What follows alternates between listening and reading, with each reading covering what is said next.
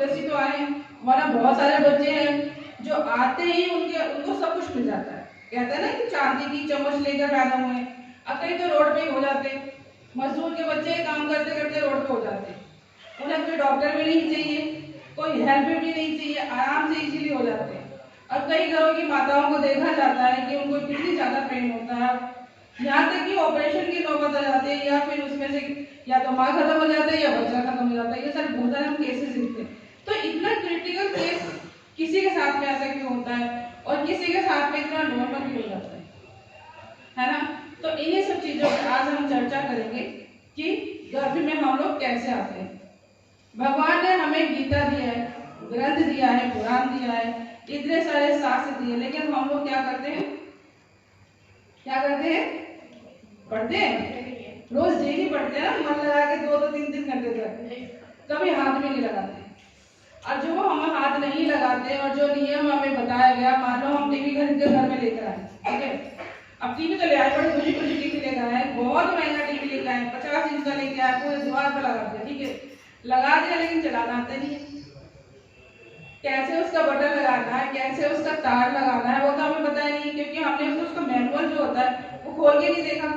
भाई हर किसी के साथ में मैनुअल आता है ना, पूरा में लिखा होगा कैसे इसको चलाना है, इसको कैसे तार पे लगाना है, कैसे इसका कौन सा प्लग कहाँ पे लगाना है, कौन सा तार कहाँ है ना, लेकिन हम तो उसको पढ़ते नहीं है। पढ़ते घर में कोई भी सामान आता है, सबसे पहले हम उसी खोल के देखते हैं चल गया कैसे, होता है कि नहीं होता है ना। सबसे पहले देखते हो ना, कंप्यूटर भी घर में आ रहा है, मोबाइल भी आ रहा है, तो सबसे पहले उसका मैनुअल देखते हो, पूरा खोल खाल के सब कुछ देखते हो कि कैसे चलेगा, है ना। 2-3 घंटे कलाकारी होती है, सभी के घरों का यही हाल है। लेकिन हम इस संसार में जब आते हैं तो हम अपने बारे में जानने की बिल्कुल भी इच्छा नहीं करते। किसके मन में अपने लिए क्वेश्चन उठाए कि हम कौन हैं, कहाँ से आए हैं, हमें क्या करना है, क्या नहीं करना है, किसके मन में ये क्वेश्चन उठता है? हाथ खड़ा करो। और क्या मन में क्वेश्चन उठता है आपके? क्वेश्चन बताइए, आपके मन में क्या उठा? हाँ बेटा, कैसे आया, ठीक है। आप क्या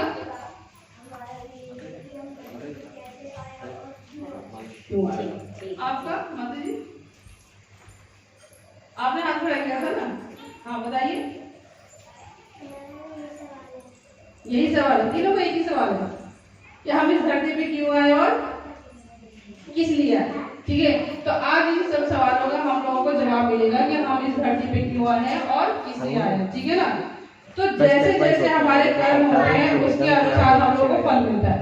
अब एग्जाम आता है ना, स्कूल में कितने बच्चे होते हैं? 50 से करीब बच्चे होते हैं, मेहनत तो सभी करते हैं ना, लेकिन सब फर्स्ट क्यों नहीं आते? किसी के 50 नंबर, किसी के 50 नंबर, किसी के 40 नंबर, किसी के 100 नंबर, ऐसे क्यों आता है? भाई क्लास तो वही है, टीचर भी वही है, स्कूल भी वही है, समय भी आपको उतना ही मिल रहा है। ऐसा तो है नहीं कि टीचर आपको 8 घंटे पढ़ा रही है और आपके साथ वाले को 4 घंटे पढ़ा रही है, ऐसा होता है क्या? सबके पास उतना ही टाइम मिलता है ना। कितने घंटा मिलता है स्कूल में? 5 घंटे। थोड़ा सा इधर उधर होकर बैठिए, मंदिर से थोड़ा सा, ठीक है। तो नंबर सबके बराबर क्यों नहीं आते? बोलिए बोलिए। अपने अपनी बुद्धि की क्षमता के अनुसार, और बुद्धि की क्षमता हमें कैसे मिलती है? अपने कर्म के अनुसार। हर किसी की बुद्धि एक जैसी होती है क्या? है ना। कोई तो बहुत इंटेलिजेंट होता है और कोई तो 10 बार समझाओ तब भी समझ नहीं आता। तो ये सब क्यों होता है? इसी वजह से होता है ना, इसी वजह से होता है ना, हमारे कर्मों की वजह से। सबके मम्मी पापा अमीर मिलते हैं क्या? है या मांगने से पहले आपके सामने चीजें हाजिर हो जाती हैं? कई बच्चे तो 10 बार होते हैं तब भी नहीं मिलता, और कई होने से पहले ही मिल जाता है। तो ये सब क्यों होता है?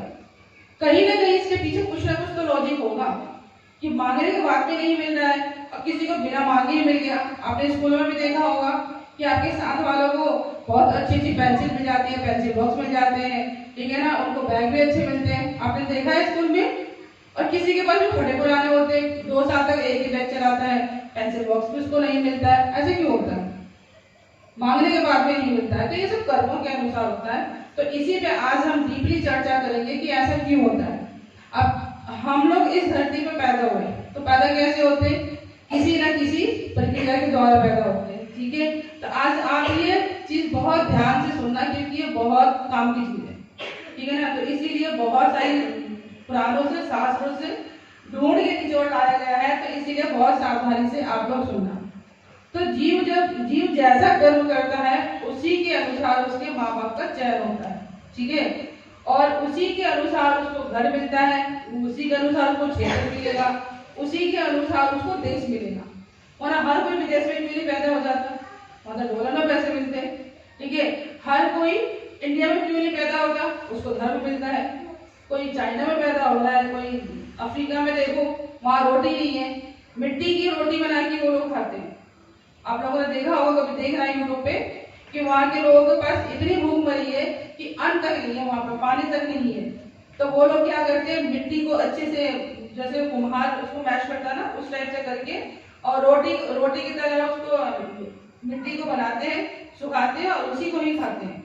तो ऐसा क्यों है कि कहीं तो बहुत ज्यादा है ना, कि लोग 56 भोग खाते हैं, उसके बाद उसको फेंक देते हैं। आप 5 स्टार होटलों में जाओ, खाते लोग तो हमें पचाते जाता है और वो कहीं ना कहीं वेस्ट हो जाता है। तो ये सब चीजें कर्मों के अनुसार होता है। क्यों? क्योंकि उन्होंने किया है ऐसे कर्म। अब वैसे कौन से कर्म किए हैं जिसकी वजह से उनको ऐसी चीजें मिली है, इसके बारे में हम चर्चा करेंगे।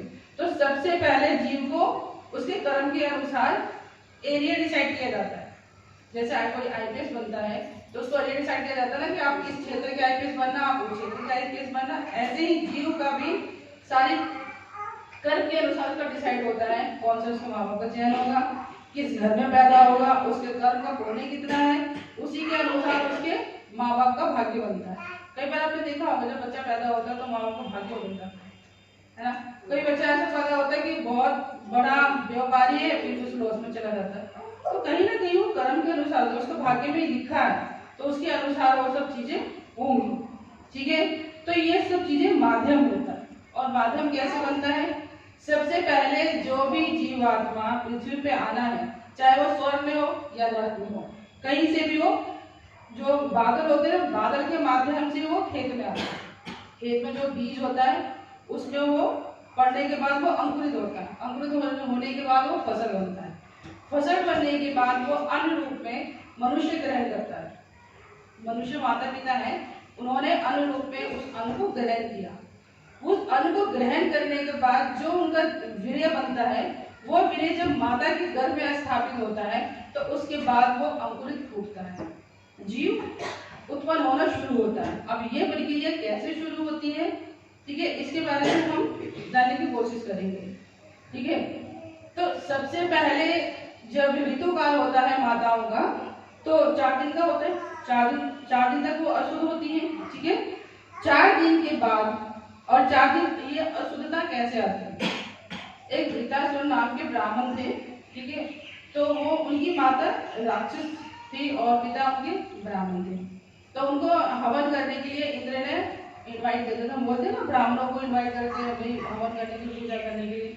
तो उनको इनवाइट किया और उनको बोला कि देवताओं की शक्ति बढ़ाने के लिए आप यज्ञ करो, देवताओं को विजय दिलाने के लिए आप यज्ञ करो।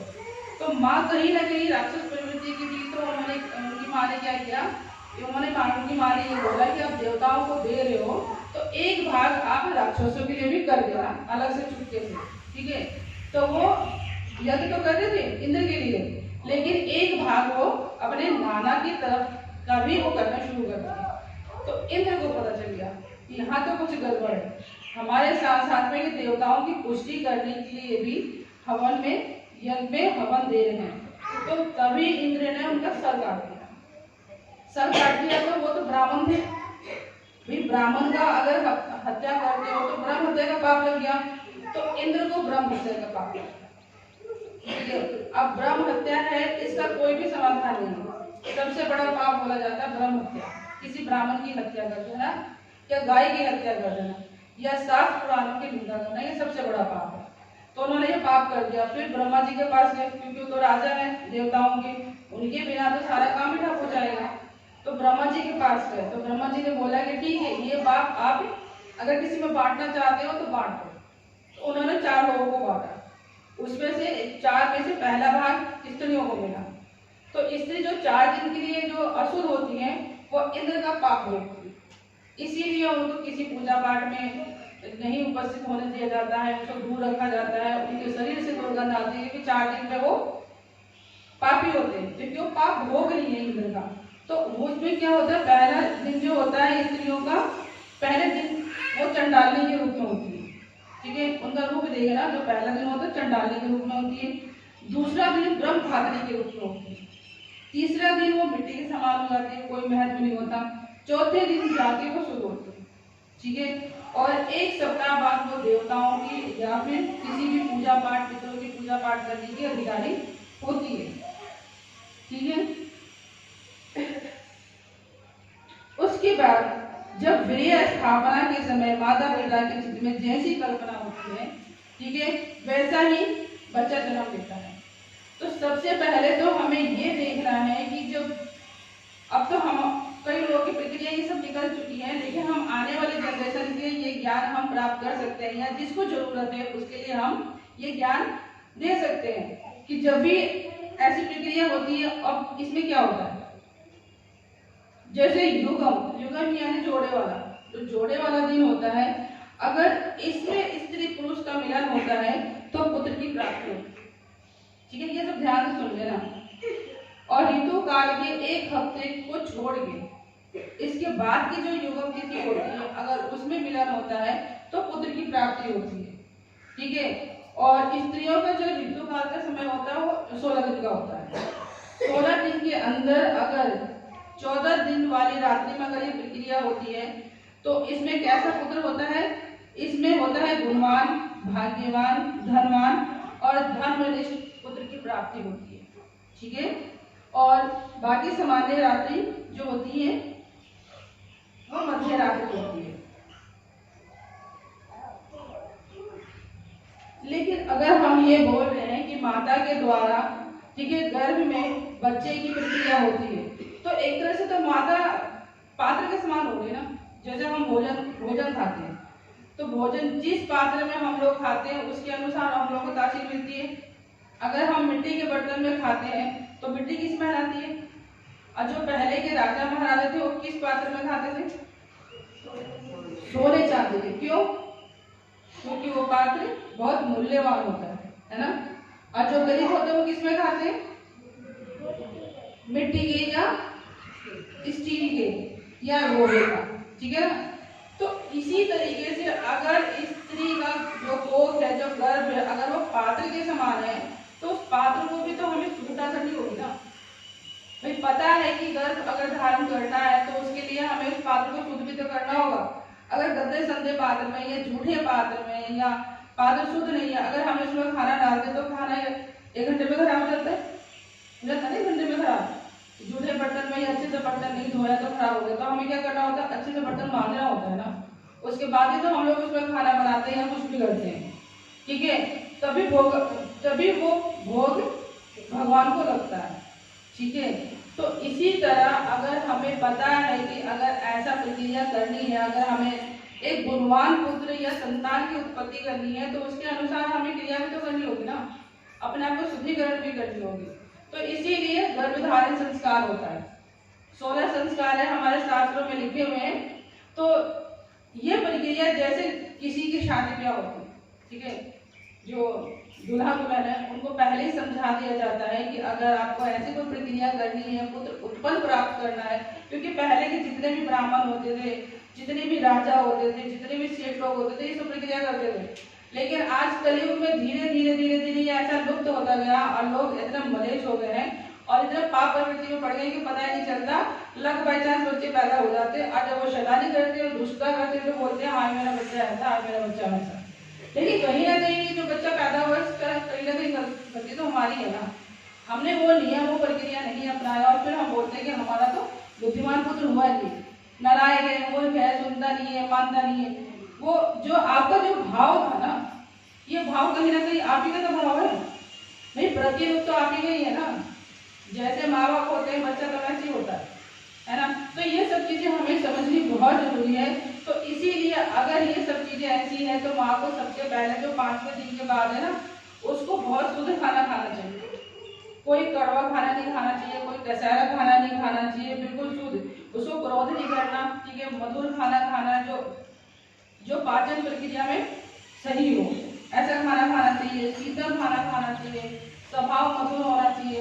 ये नहीं कि हमेशा करती रहे, लड़ती रहे, और फिर बच्चा भी होता है तो कभी इसको मार के आ गया, कभी उसको मार के आ गया, कभी यहाँ लड़ाई, कभी वहाँ लड़ाई, ये सब चलता है ना।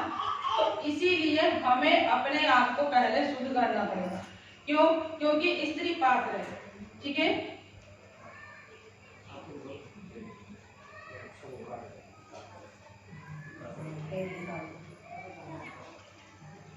आप वहां पे बैठिए, आप इधर।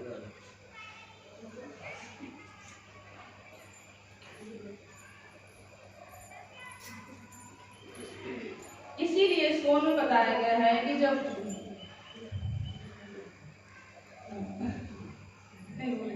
स्कूल में बताया गया है कि जब भी हमें गर्भधारण संस्कार करने होते हैं तो प्रॉपर तरीके से हम लोगों को नियम अपनाना होता है। गुरु से हमें आशीर्वाद देना होता है।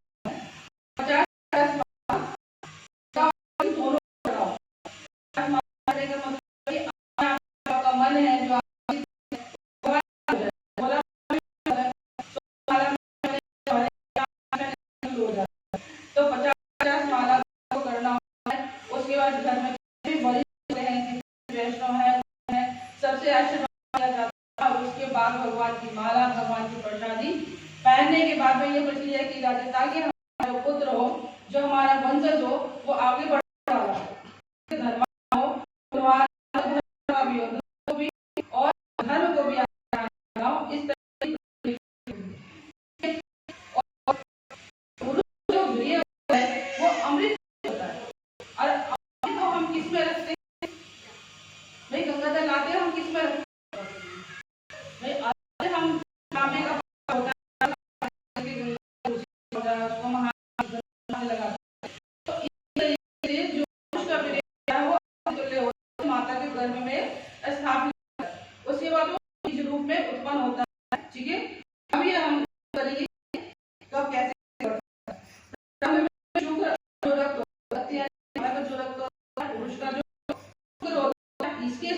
से एक पिंड आकार लेता है। और ये पिंड आकार जैसे चंद्रमा बढ़ता है ना, हर दिन बढ़ता है, थोड़ा थोड़ा थोड़ा थोड़ा बढ़ता है, थोड़ा रोज डेली बढ़ता है, ठीक है। अगर रक्त की अधिकता, अगर यानी जो अधिकता, रक्त की अधिकता है तो कन्या उत्पन्न होती है, ठीक है। अगर पुरुष की वीर्य की अधिकता है तो पुत्र उत्पन्न होता है। और वीर्य और अगर दोनों का बराबर अगर उसमें सम्मिलित है तो नपुंसक बच्चे पैदा होते हैं। बहुत सारे केसेस में हम लोग ये देखते हैं। तो इसीलिए ये बहुत जरूरी है कि जो भी आप प्रक्रिया कर रहे हैं उसमें आपका भाव कैसा है। भाव बहुत महत्व रखता है कि जैसी आपकी आत्मा है, जैसी आपकी चित्त है, वैसा ही प्रतिरूप उसमें से उत्पन्न होगा, ठीक है। और पहले दिन जैसे होता है ना, उसका झाग होता है, साबुन का झाग होता है, आप लोगों ने कपड़े धोए होंगे तो झाग बनता है ना, ये इस टाइप से उसका रूप होता है। 5 दिन बाद वो बुदबुदा सा हो जाता है। आपने देखा होगा ना, कोई चीज जब हम खमीर उठाते हैं तो वो ऐसे इन लोग आपने देखा होगा बुदबुदा, तो ये 5 दिन बाद उस टाइप का हो जाता है। 14 दिन बाद उसके अंदर मांस रूप में एक लोथड़ा जैसा होता है ना, गोला था, उस टाइप से वो बनना शुरू होता है। 20 दिन के बाद वो पिंड रूप में हो जाता है, हल्का से वो बढ़ना शुरू होता है। तो पिंड होता है ना, जैसे माताओं ने सिलबट्टा पीसती है ना, वो पटना जो होता है उस टाइप का वो आकार में आ जाता है, ठीक है। 25 दिन बाद उसके अंदर थोड़ी शक्ति आनी शुरू हो जाती है, थोड़ा हष्ट पुष्ट होने लग जाता है और उसमें हल्का सा और संचार होने लग जाता है, ठीक है। और 1 मास में उसके अंदर पंच तत्व आने लग जाते हैं, जैसे पृथ्वी, आकाश, जल तत्व, उन सब की प्रक्रियाएं उसमें आने लग जाती है। दूसरे मास में त्वचा मेधा, त्वचा मेधा मतलब इसकी त्वचा, जैसे त्वचा की भारी झिल्ली होती है ना, हल्की सी परत, वैसी बननी शुरू हो जाती है। तीसरे मास में जो इसके झिल्ली के बाद की जो स्किन होती है जैसे हम काटते हैं तो वो व्हाइट व्हाइट दिखता है ना, झिल्ली के बाद वाला, उसमें ब्लड नहीं होता, वो वाला मज्जा बनना शुरू हो जाता है, ठीक है ना, मैदा मज्जा, और फिर हड्डी बननी शुरू हो जाती है। समझ में आ रहा है ना यहाँ तक? यहाँ तक क्लियर है? ठीक है। चौथे महीने में बाल और नाखून आने शुरू हो जाते हैं छोटे छोटे, जैसे अब सर का विभाग हो गया ना, बोलते हैं ना 3 महीने में बच्चा अपना रूप ले लेता है, तो 3 महीने में उसका सर अलग हो जाता है और शरीर अलग हो जाता है, और सर में उसके बाल आने शुरू हो जाते हैं और हाथ पैरों में उसके नाखून आने शुरू हो जाते हैं। 5वें महीने में कान, नाक और उसकी छाती बननी शुरू हो जाती है, ठीक है। और 6ठे मास में कंठ वगैरह और उसका पेट वगैरह बनना शुरू हो जाता है। 7वें मास में उसके लिंग वगैरह बनने शुरू हो जाते हैं, और 7वें मास में ही उसकी चेतना आ जाती है, चेतना उसके अंदर जागृत हो जाती है 7वें महीने में। और 8वें महीने में वो पूर्ण रूप से विकसित हो जाता है, जो प्रॉपर एक जो बच्चा है वो पूर्ण रूप से विकसित हो जाता है।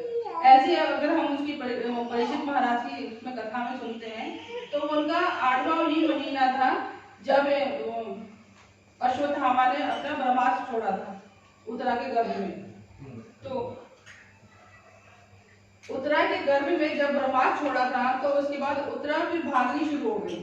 वो उसको पता चल गया कि अब मेरे जो गर्भ में है उसके अंदर अब मेरा बच्चा खत्म होने वाला है। कई बार माओ को पता चल जाता है। तो जब उसने ब्रह्मास्त्र छोड़ा तो उसके पेट में जलन होनी शुरू हो गई और उसको लगा कि कहीं ना कुछ गड़बड़ हुआ है। तो एकदम से कृष्ण की तरफ आ गई, हाय कृष्ण रुको, हाय कृष्ण रुको। क्यों? क्योंकि कृष्ण उस टाइम पे द्वारका जा रहे थे, द्वारका के लिए वो प्रस्थान करने वाले थे। तब ये जब ये आपका महाभारत का युद्ध चल रहा था उस टाइम की बात है, उसके बाद की बात है। तो उत्तरा को समझ में आ गया कि अब ये मेरा बच्चा नहीं बचेगा। तो उन्होंने क्या किया, उन्होंने और किसी की तो हेल्प नहीं ली। मेरे घर में बड़े बूढ़े बहुत सारे थे, आस पड़ोस में बहुत सारे थे, उन्होंने किसी की हेल्प नहीं ली। वो कृष्ण के लिए भागे। उनको पता है कि कृष्ण के अलावा मेरी कोई रक्षा नहीं कर सकता। तो उन्होंने हाय कृष्ण मेरी रक्षा करो, मेरे गर्भ की रक्षा करो। और वो एकदम से वो भागे।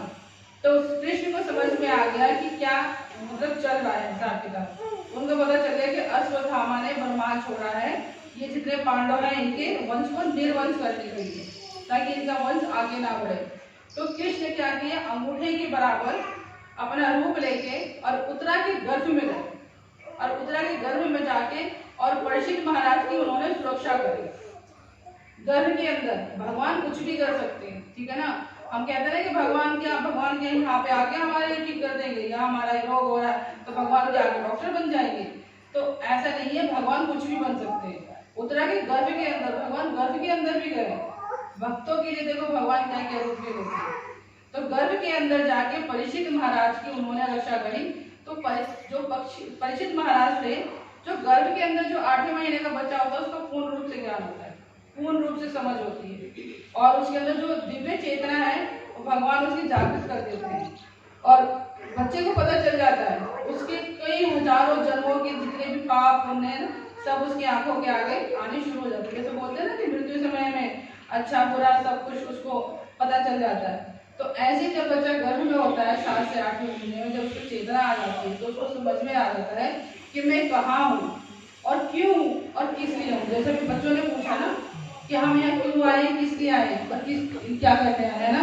तो जब बच्चों के अंदर जब चेतना जगती है तो बच्चे वो सोचने लग जाते हैं कि हाय मैं कितना दुष्ट हूँ, कितना पापी हूँ, मैं इस अंधकूपी नरक में गिरा पड़ा हूँ, वो भी औंधे हूँ, उल्टा पड़ा हूँ, ठीक है। कोई मेरी रक्षा करने वाला नहीं है, कोई भी मेरा हेल्प करने वाला नहीं है, मैं ऐसे बिल्कुल बेसहाय पड़ा हूँ, मैंने ऐसा कौन कौन से पाप किए। तो उसके सारे पाप याद आने शुरू हो जाते हैं। फिर वो भगवान से प्रार्थना करता है कि भगवान मेरी रक्षा करो, मैं अब ऐसे कष्ट नहीं करूंगा, मैंने दान पुण्य नहीं किया था, मैं दान पुण्य करूंगा, मैंने भागवतम नहीं पढ़ी, मैंने वैष्णव की बात नहीं सुनी, मैंने वरिष्ठों की बात नहीं सुनी, अपनी ही मूर्खता करता रहा, अपनी ही मनमानी करता रहा, जो मन में आए मैं वही करता रहा।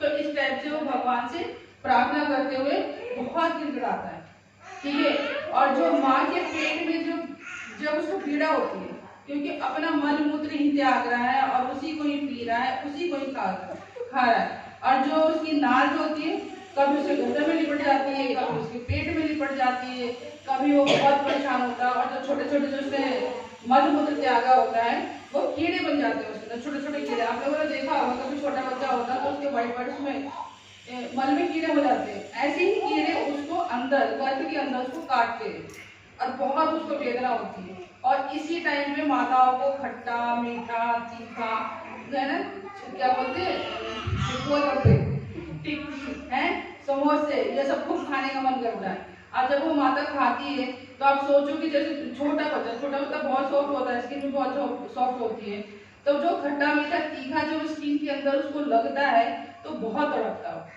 बहुत परेशान होता है और फिर अंदर ही तिलमिला जाता है। परेशानी की वजह से कभी तिलमिला जाएगा, कभी बेहोश होगा। और उसको माताएं क्या बोलती है, हाय मेरे बच्चे लात मार रहा है अंदर से, है ना। वो कभी इधर देखती है कभी उधर देखती है, उनको ये नहीं पता कि वो तड़प रहा है अंदर वो परेशान हो रहा है, अंधकूप में पड़ा हुआ है। आपने देखा होगा कि एक दो बार लात मारेगा उसके बाद फिर शांत हो जाता है, देखा होगा ना। तो तड़पने के बाद जब वो बहुत परेशान होता है उसको तो बेहोश हो जाता है, अपनी परेशानी से अपनी तड़प से वो बेहोश हो जाता है। कुछ देर बाद वो अचेतन अवस्था में होता है, फिर उसकी चेतना जगती है, फिर दोबारा से वो लात मारता है, कभी इधर घूमता है कभी उधर घूमता। हम कहते हैं ना कि ये तो करवट बदल रहा है, अंदर ही अंदर करवट नहीं बदल रहा, वो तड़प रहा है, वो परेशान हो रहा है। और हम लोग बड़ी खुशियां मनाते हैं कि चलो अब बच्चा सही सलामत है, बढ़ रहा है, हिल रहा है, डोल रहा है, लेकिन वो अंदर ही अंदर अपने दुखों से, अपनी परेशानी से, अपनी वेदना से परेशान होता है। कीड़े तो काटते हैं, नोचते हैं, वो बचने की कोशिश करता है, लेकिन उसको कोई सहारा नहीं मिलता, कहीं से कोई उपाय नहीं मिलता। अगर हमें बंद कर दिया जाए 9 दिन 10 दिन तक किसी कमरे में, खाना पीना नहीं दे, उसी में मल मूत्र त्याग रहे, तो आप सोचिए उसमें आप कैसे रहेंगे, आपकी खुद की बदबू खुद को बर्दाश्त नहीं होगी। तो 9 महीने तक वो बच्चा कैसे झेलता है। और ये प्रक्रिया तो हम सब तक क्या है, ऐसा तो है नहीं कि हम किसी और की कहानी सुन रहे हैं, ये तो हम खुद अपनी कहानी सुन रहे हैं कि हर किसी के साथ ऐसा ही हुआ, हर किसी की प्रक्रिया ऐसी हुई है, ऐसी पैदा हुआ है, ठीक है ना।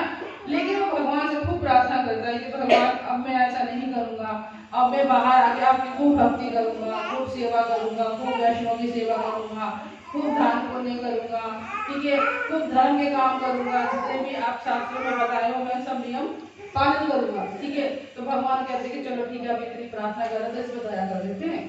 तो एक जो वेग होता है, सुषुम्ना नाड़ी होती है जो सबसे नीचे वाली होती है, इंगला पिंगला और सुषुम्ना नाड़ी। तो सुषुम्ना नाड़ी का जब वेग उसको प्रेशर देता है, ठीक है ना, भगवान जब उसको बोलते हैं कि हाँ अब इसको बाहर निकलना है, तभी निकलता है। और डॉक्टर बोला था 8वें महीने में हो जाएगा, 9 महीने में हो जाएगा, लेकिन तब कर था। जब उसका समय होता है कर्म के अनुसार वो तभी आता है, तो तभी वो उस कर्म के अनुसार आता है। लेकिन जब वो बच्चा बाहर आता है तो बाहर, अंदर और बाहर की जो प्रक्रिया, जो बीच की प्रक्रिया है, वहां पे बच्चा बहुत कष्ट से बाहर आता है, बहुत उसको पीड़ा होती है और वो बेहोश हो जाता है। लेकिन जैसे ही वो बाहर आता है, आप लोगों ने मोस्टली देखा होगा बच्चा बेहोश ही बाहर आता है, डॉक्टर उसको उल्टा करके जब मारते हैं तब जाके वो होता है ना। आधी बार शुरू नहीं हो जाते, जब तक डॉक्टर उसको 2-4 नहीं लगाते हैं तब तक उसको जान पहचान नहीं आती। तो बेहोश हो जाने के बाद जब वो बाहर आता है, ठीक है, उसको कोई होश नहीं होता। जब उसको डॉक्टर उसको जब 2-4 लगाते हैं उसके बाद वो रोता है, और रोने में क्या बोलता है, रोने में क्या बोलता है, कहाँ, अरे मैं कहाँ आ गया, मैं कहाँ था और कहाँ आ गया। तो हम कहते हैं बच्चा रोने लगा, है ना। लेकिन जब वो बाहर आता है ना तो उसको माया की हवा लग जाती है। क्यों? क्योंकि संसार में भगवान की माया बहुत प्रबल है, हर किसी को पकड़ लेती है, ठीक है ना। तो जब वो बाहर आता है उसके बाद आगे क्या करता है, जब इस माया की जब हवा लगती है ना उसको, तो इस माया की हवा में वो ऐसा खोता है कि भगवान कहाँ, वो कहाँ, उसका कर्म कहाँ, कुछ उसको याद रहता है ना। मम्मी उसको दूध पिला रही है, चॉकलेट खिला रही है, अच्छे अच्छे खिलौने मिल रहे हैं, कपड़े मिल रहे हैं, उसी में तो उलझा रहता है ना। पढ़ाई हो रही है, नौकरी करनी है ना, फिर जीवन उसको अपनाना है, ये सब करना है। उसके बाद क्या होता है, फिर दोबारा मर जाता है, फिर दोबारा से वही घर में, फिर जब घर में आता है फिर याद आता है उसको। तो इन सब चीजों से बचने के लिए भी तो कोई उपाय भगवान ने दिया है ना। ऐसे जब परीक्षित महाराज के उसमें सुखदेव महाराज की कथा आती है कि जब शिव और पार्वती जी अमर कथा सुना रहे थे, शिव जी पार्वती जी की, पार्वती जी ने बोला कि आप तो हमेशा अमर रहते हो शिव जी, और मैं हमेशा मरती रहती हूँ। क्योंकि शिव जी के गले में जो मुंड माला है। तो एक दिन नारद जी घूमते घूमते भ्रमण करते करते माँ पार्वती जी के पास आते, ठीक है ना। कहते हैं ना कि घर में कोई ना कोई लगाने वाला तो होता ही है, बिना लगाए आग घर में नहीं लगती। तो नारद जी कह रहे चलो आज तो माँ पार्वती से ही जरा क्या बोलते हैं मजाक कर लेते हैं, होता है ना कहीं आ जाते हैं कि मतलब मजाक मजाक में बहुत कुछ कह जाते हैं। तो नारद जी आए, तो नारद जी आके और माता जी आप कैसे हैं, सब कुशल मंगल है। तो हम कह रही हाँ कुशल मंगल है, सब शिव जी ध्यान में लगे हुए। तो कह रहे माता जी एक बात बताइए कि शिव जी के गले में इतना सारा मुंड क्या क्या है, किस चीज का है, और वो हमेशा धारण किए रहते हैं। आपको साथ रखे ना रखे मुंडों को जरूर साथ में रखते हैं, क्या है। तो माता जी ने बोला कि मुझे तो ऐसा कुछ नहीं है।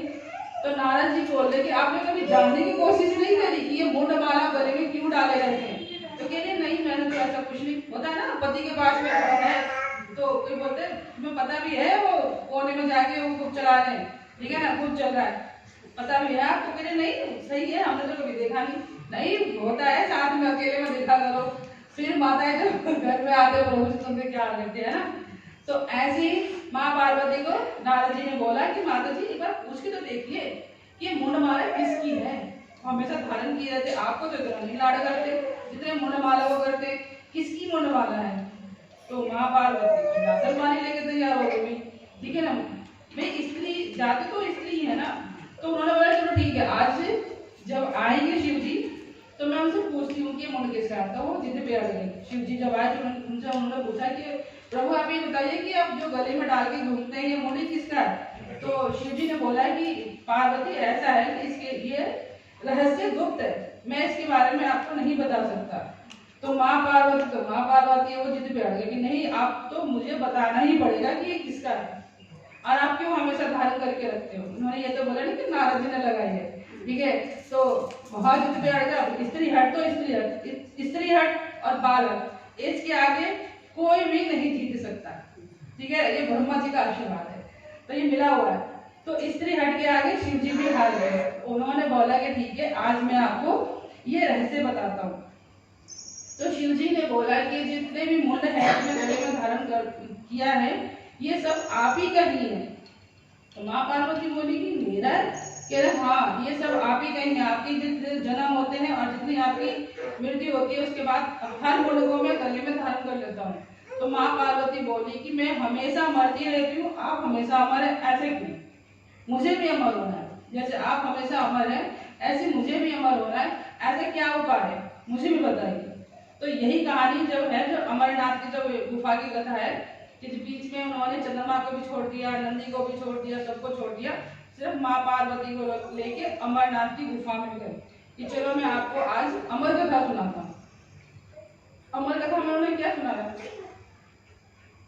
बताइए, अब किसको किसको पता है। हम अमर कथा तो करते हैं, अमर कथा में सुनाया क्या शिव जी ने, बोलते ना हम तो शिव जी को बहुत मानते हैं, हम तो शिव जी वाले हैं, ठीक है ना। लेकिन ये नहीं पता कि शिव जी क्या है। जी प्रभु जी भागवतम सुनाया माँ पार्वती को अमरनाथ की गुफा में, ठीक है। तो उन्होंने सब कुछ छोड़ दिया, अपना सब कुछ उन्होंने जो धारण किया था सबको उन्होंने त्याग दिया, सिर्फ माँ पार्वती को सुनाया। क्यों, क्योंकि ये कथा जो भी सुन लेता है वो अमर हो जाता है। तो उन्होंने एक गुफा तैयार करी ऐसी जो गुफा थी वहां पे कोई जीव जंतु तक न जा सके, ठीक है।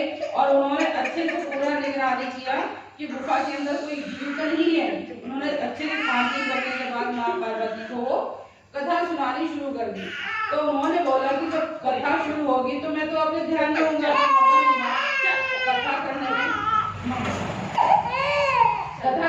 मगन होगा, तो मुझे कैसे पता चलेगा कि आप ध्यान होगा कथा सुन भी रही हो या नहीं सुन रही हो। तो माँ पार्वती ने बोला कि ठीक है मैं हुंकारी भरूंगी ना। होता है ना जब माताएं रात को बच्चों को कथा सुनाती है तो बच्चे हूँ और जब बंद हो जाता समझ में आ जाता है कि सो गए, तो कथा बंद हो जाती है, ठीक है ना। तो ऐसी माँ पार्वती ने बोला कि ठीक है मैं हुंकारी भक्ति रहूंगी और मैं नहीं सोऊंगी। लेकिन जब कथा शुरू होती है तो माताओं की में आंखें शुरू हो जाती है, कथा शुरू हो ही नहीं कि आंखें बंद शुरू हुई नहीं। ये है विडम्बना, इसकी लंबी कहानी है, बाद में सुनाऊंगी, इसको पता टॉपिक चेंज हो जाएगा। तो माँ पार्वती को वो कथा सुनाने लगे, ठीक है। इत्तेफाकन से वहां पे तोते का एक अंडा था, ठीक है ना। और जब ऐसी कथाएं होती है ना, वहाँ पे तेज उत्पन्न हो जाता है, तो उसकी तेज की गर्माहट से वो अंडा फूट गया और उसमें से बच्चा निकला, छोटा तोता निकला, ठीक है ना, छोटा सा। अब वो छोटा सा तो अभी पैदा हुआ है, तो शिव जी को भी नहीं पता चला कि यहाँ पे ऐसा कुछ है, लेकिन वो बच्चा पैदा हो चुका था और शिव जी ने कथा सुनानी शुरू कर दी। माँ पार्वती धीरे धीरे धीरे धीरे वो सो गई। तो शुभ को लगा कि अगर ये सो गई है और हुंगारे कोई भर नहीं रहा, तो शिव जी ये कथा बंद कर देंगे और मैं ये कथा पूरी नहीं सुन पाऊंगा। क्योंकि छोटा बच्चा होता है ना, कई बार जब कथा चल रही होती तो कई बच्चे शैतानी नहीं करते कि नहीं शैतानी नहीं करेंगे, नहीं तो बिगाड़ आएगा, कई बच्चे खूब शैतानी करते हैं।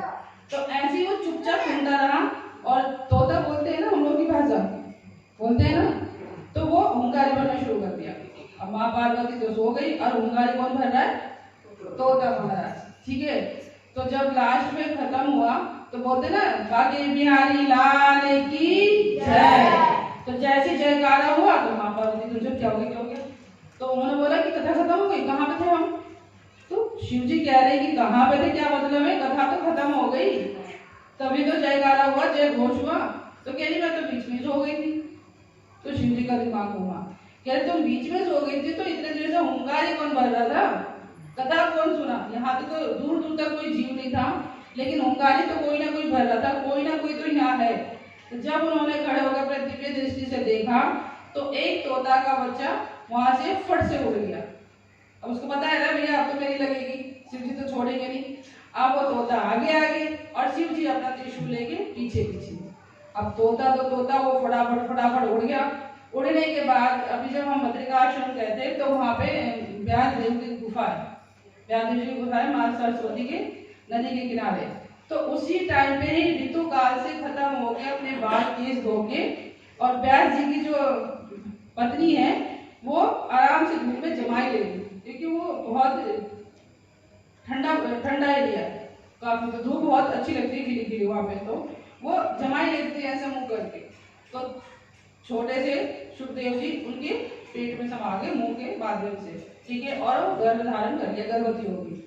लेकिन 12 साल तक वो गर्भ उनका नहीं हुआ, ठीक है, वो 12 साल तक पेट में ही रहे। अब ब्याह जी को बड़ी चिंता हुई, भाई 12 महीने तो बहुत दूर हो जाते हैं, 12 महीने में हम लोगों को लगता है 1 साल कैसे, 10 महीने में हालत खराब हो जाती है सबकी, तो ये तो 12 साल। तो उसके बाद फिर वो ब्रह्मा जी से शिव जी से सबसे उन्होंने जाके प्रार्थना किया कि 12 साल हो गए और गर्भ से बच्चा बाहर नहीं आ रहा। तो फिर विष्णु जी आए और विष्णु जी ने आके आश्वस्त किया उस बच्चे को कि आप बाहर निकलो। तो सुखदेव जी ने बोला कि नहीं मैं बाहर नहीं आऊंगा, आपकी माया मुझे पकड़ लेगी, मैं बाहर नहीं आ रहा, नहीं तो आपकी माया मुझे पकड़ लेगा, सबसे पहले तो शिव जी मुझे मार देंगे, बाहर आती मैं बाहर नहीं आऊंगा।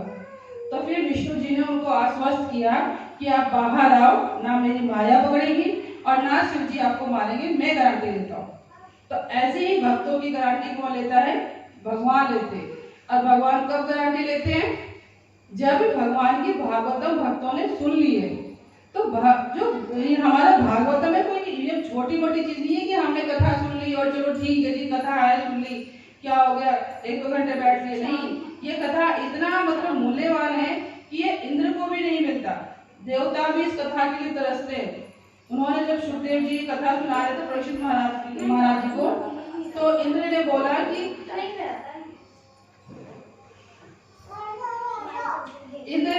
कि सुखदेव जी आप ये कथा चल के ना और स्वर्ग लोक में सुनाइए, हम देवता लोग भी ये सब सुनना चाहते हैं। लेकिन सुखदेव जी ने बोला कि नहीं, ये आपका पृथ्वी लोक के लिए है, ये भगवान के भक्तों के लिए है, ये कोई ऐशो आराम की चीज नहीं है या फिर ये कोई दिखावा या फैशन की चीज नहीं है, इससे मोक्ष मिलता है। तो इसके जो भागवतम के अधिकारी देवता भी नहीं है। तो जब भगवान ने सुखदेव जी को आश्वस्त किया तब सुखदेव जी बाहर आए, ठीक है ना। तो जैसे ही बाहर आए, बाहर आने के बाद क्या होता है, नाल काटी जाती है ना। तो जैसे उनकी नाल काटी, अपने नाल को कंधे पर रखा और सीधा भाग लिए, ठीक है, जंगल की तरफ। और व्यास जी पीछे पीछे, हाय मेरा बेटा, हाय मेरा बेटा, होता है ना पैदा होती मेरा बेटा हुआ, खूब थाली बजाओ, खूब ढोल बजाओ, होता है ना सब कुछ, हम कितनी खुशियां मनाते हैं। तो व्यास जी पीछे पीछे आए, मेरा बेटा पैदा होते भाग लिया, भाग लिया। तो उन्होंने पूछा कि बेटा आप जा कहाँ रहे हो? तो कह रहे मैं संन्यास ले जा रहा हूँ, मुझे पता है आपकी माया मुझे पकड़ ली अगर मैंने संन्यास ग्रहण नहीं किया तो पैदा होते ही सुखदेव जी घर से निकल गए, ठीक है। और व्यास जी उनके पीछे पीछे पीछे पीछे। तो एक तालाब था, तालाब में बहुत सारी स्त्रियां नहा रही थी, ठीक है। तो जब सुखदेव जी जो वहां से गए तो स्त्रियां जिस अवस्था में थी उसी अवस्था में नहाती रही। पहले लग्न अवस्था में नहाया जाता था, वो तो कृष्ण ने ये सारी प्रक्रिया बंद की, ठीक है। तो नहा रही है, सुखदेव जी गए तो उन्होंने कोई प्रक्रिया नहीं की, आराम से वो नहाती रही। लेकिन जैसे ही वहां से व्यास जी निकले वो फट से उन्होंने अपने अंगों को ढक लिया वस्त्र से। तो व्यास जी ने बोला कि अभी मेरा जवान बेटा गया यहाँ से, क्योंकि सुखदेव जी पैदा होते 12 वर्ष के थे, ठीक है ना। तो व्यास जी ने बोला कि मेरा अभी जवान बेटा गया, तुमसे तो तुम लोगों ने पर्दा नहीं किया, और मैं बेचारा बूढ़ा, मेरे से क्यों पर्दा कर रही हो।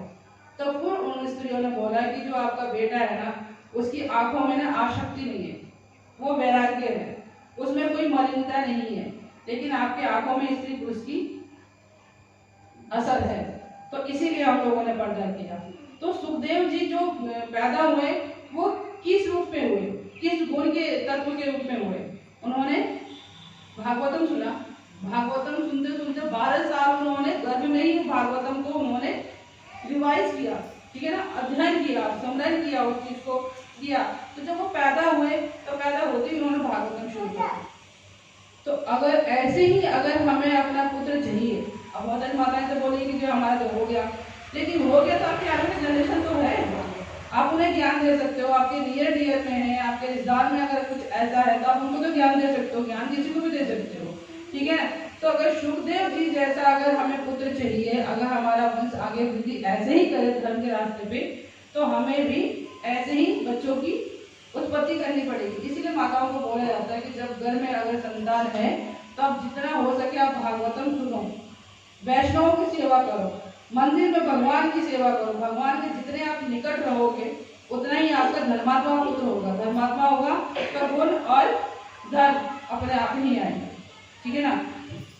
तो इसीलिए हमें इन सब चीजों को, ये संसार में बातें नहीं होती, हम लोग नॉर्मल तरीके से बातें नहीं करते, इसमें बहुत ज्यादा झेप है, बहुत ज्यादा वैसे बातें 1000 बातें करा लो संसार की, लेकिन जो मेन बातें हैं ना उन बातों पर हम कभी चर्चा नहीं करते। उन बातों में पता नहीं शर्म कहाँ घुटने तक लटकी रहती है, ठीक है ना, जो घूंघट होता है घुटने तक होता है।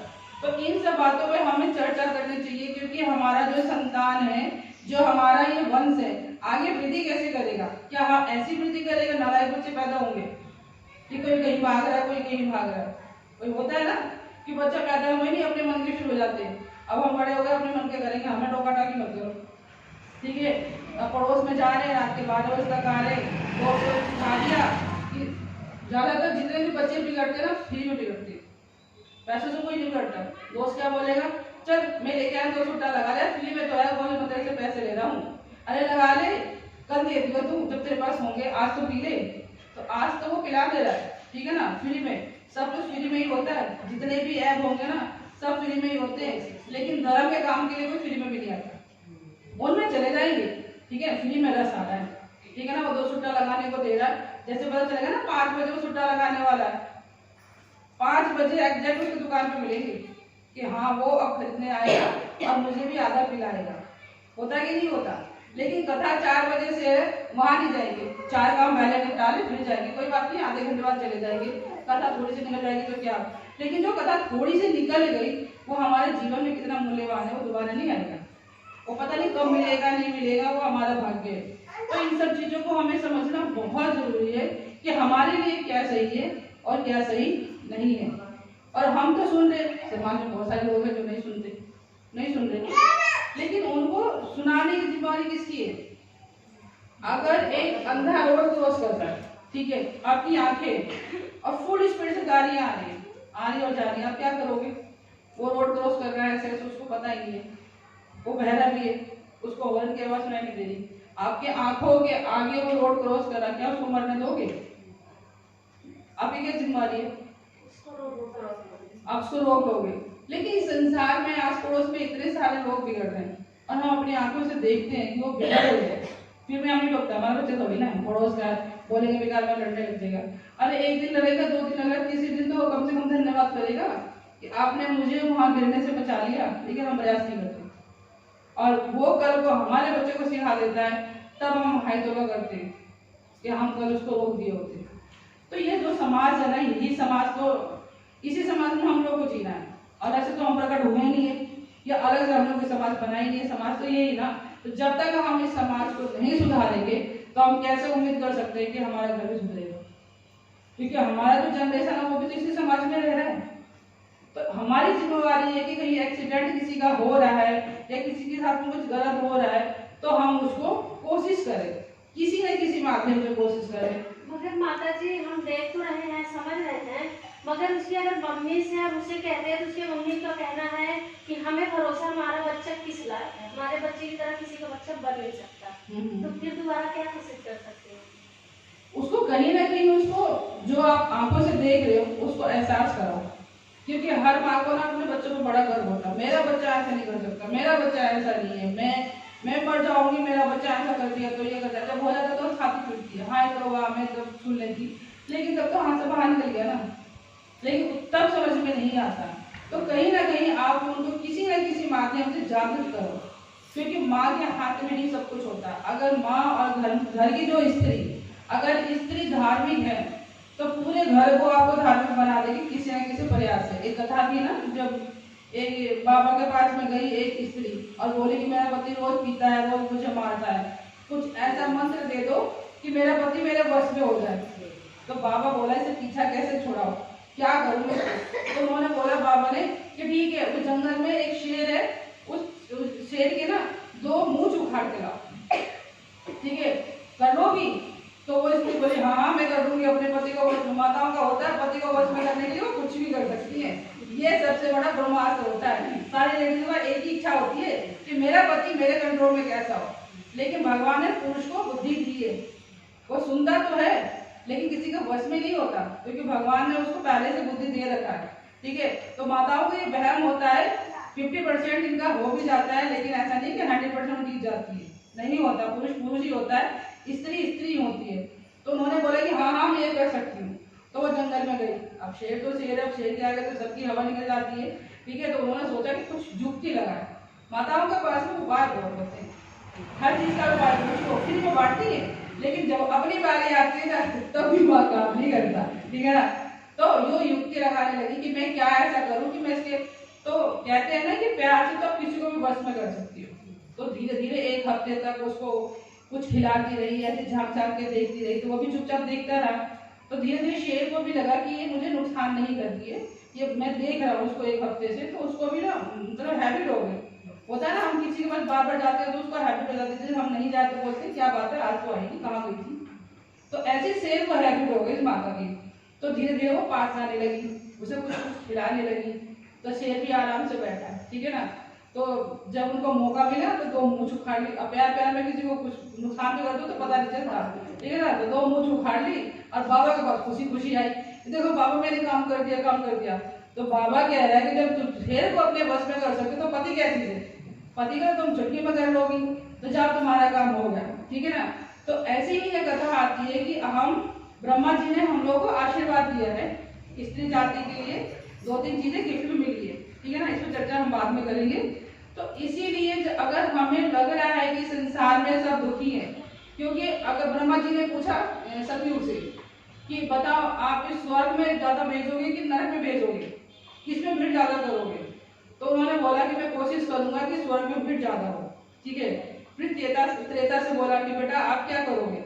तो उन्होंने बोला कि बड़े भैया की तरह मैं कोशिश करूंगा कि कौन किस में जाएगा, ठीक है, मैं पूर्ण रूप से नहीं कह सकता। फिर द्वापर से पूछा तो उन्होंने बोला कि ठीक है, तो 2 बड़े भैया है ना जो करेंगे वही मैं भी करूंगा, कोशिश करूंगा स्वर्ग में जाने के लिए, प्रयास तो मेरी पूरी रहेगी, बाकी उनकी अपने कर्म। उसके बाद कलयुग से पूछा गया, ब्रह्मा जी ने पूछा कलयुग से कि बेटा आप क्या करोगे? तो बोले कि मैं बड़े भैया का अनुसरण करूंगा। बड़े भैया ने बोला ना कि एक को भी नरक में नहीं जाने दूंगा, ठीक है, तो मैं भी बड़े भैया का अनुसरण करूंगा कि एक को भी स्वर्ग में नहीं जाने दूंगा। ऐसा पाप बढ़ाऊंगा कि जिसपे मेरी दृष्टि रहेगी ना उसको स्वर्ग का दूध मोक्ष में नहीं दिलाऊंगा, नरक में भीड़ कराऊंगा। तो ये मेरा प्रण है। तो इसीलिए कलयुग जिसमें अगर प्रवेश कर गया तो नरकगामी तो बनाएगा, ठीक है ना। कलयुग के लक्षण क्या क्या है? कलयुग के लक्षण क्या क्या है? कलयुग हमें कैसे पता कि किसी घर में कलयुग ज्यादा प्रकट है? तो 4 नियम है ना हमारे, यही कलयुग के लक्षण है। इसीलिए इस्कॉन में 4 नियम पालन करने के लिए सख्ती से बोला जाता है कि जो 4 नियम पालन करेगा उसको कलयुग का असर नहीं होगा लेकिन जब 10,000 साल बाद होगा। अब 10,000 साल बाद क्या, हम 2 साल के बाद की गारंटी लिए, ठीक है ना। तो जब तक तो हम लोग अपने अपने धाम जा चुके होंगे। तो इसीलिए 4 नियम पालन करने के लिए क्या क्या है 4 नियम, तो मुझे बताइए, बताया था तो पहले 4 नियम कौन कौन से हैं? नशे का सेवन नहीं करना। हाँ, हाँ, मांसाहार में लहसुन किया जाता है, ठीक है ना। और हाँ, तीसरा और एक और है क्या, जुआ नहीं खेलना, ठीक है ना। तो सारा पाप तो यही है ना। कलयुग को जब परीक्षित महाराज से जब कलयुग की भेंट हुई तो परीक्षित महाराज ने कलयुग को मारने के लिए दौड़े। तो कलयुग ने त्राहिमाम त्रयम करके शरण ले लिया परीक्षित महाराज से कि राजा मुझे माफ करो, मैं आपके शरण में हूँ। तो शरण में आए हुए कभी भी कोई भी राजा कोई भी देवता उनका नुकसान नहीं करता। तो परीक्षित महाराज ने बोला ठीक है, तो मेरे जितना भी क्षेत्र है ना, इस क्षेत्र से दूर चले जाओ। तो उन्होंने बोला कि मैं दूर चले जाऊंगा तो मैं रहूंगा कहाँ, फिर तो मैं मर ही जाऊंगा, मुझे रहने का कोई स्थान तो बताओ। तो उन्होंने बोला ठीक है, अब 4 स्थान पर रहना, ठीक है।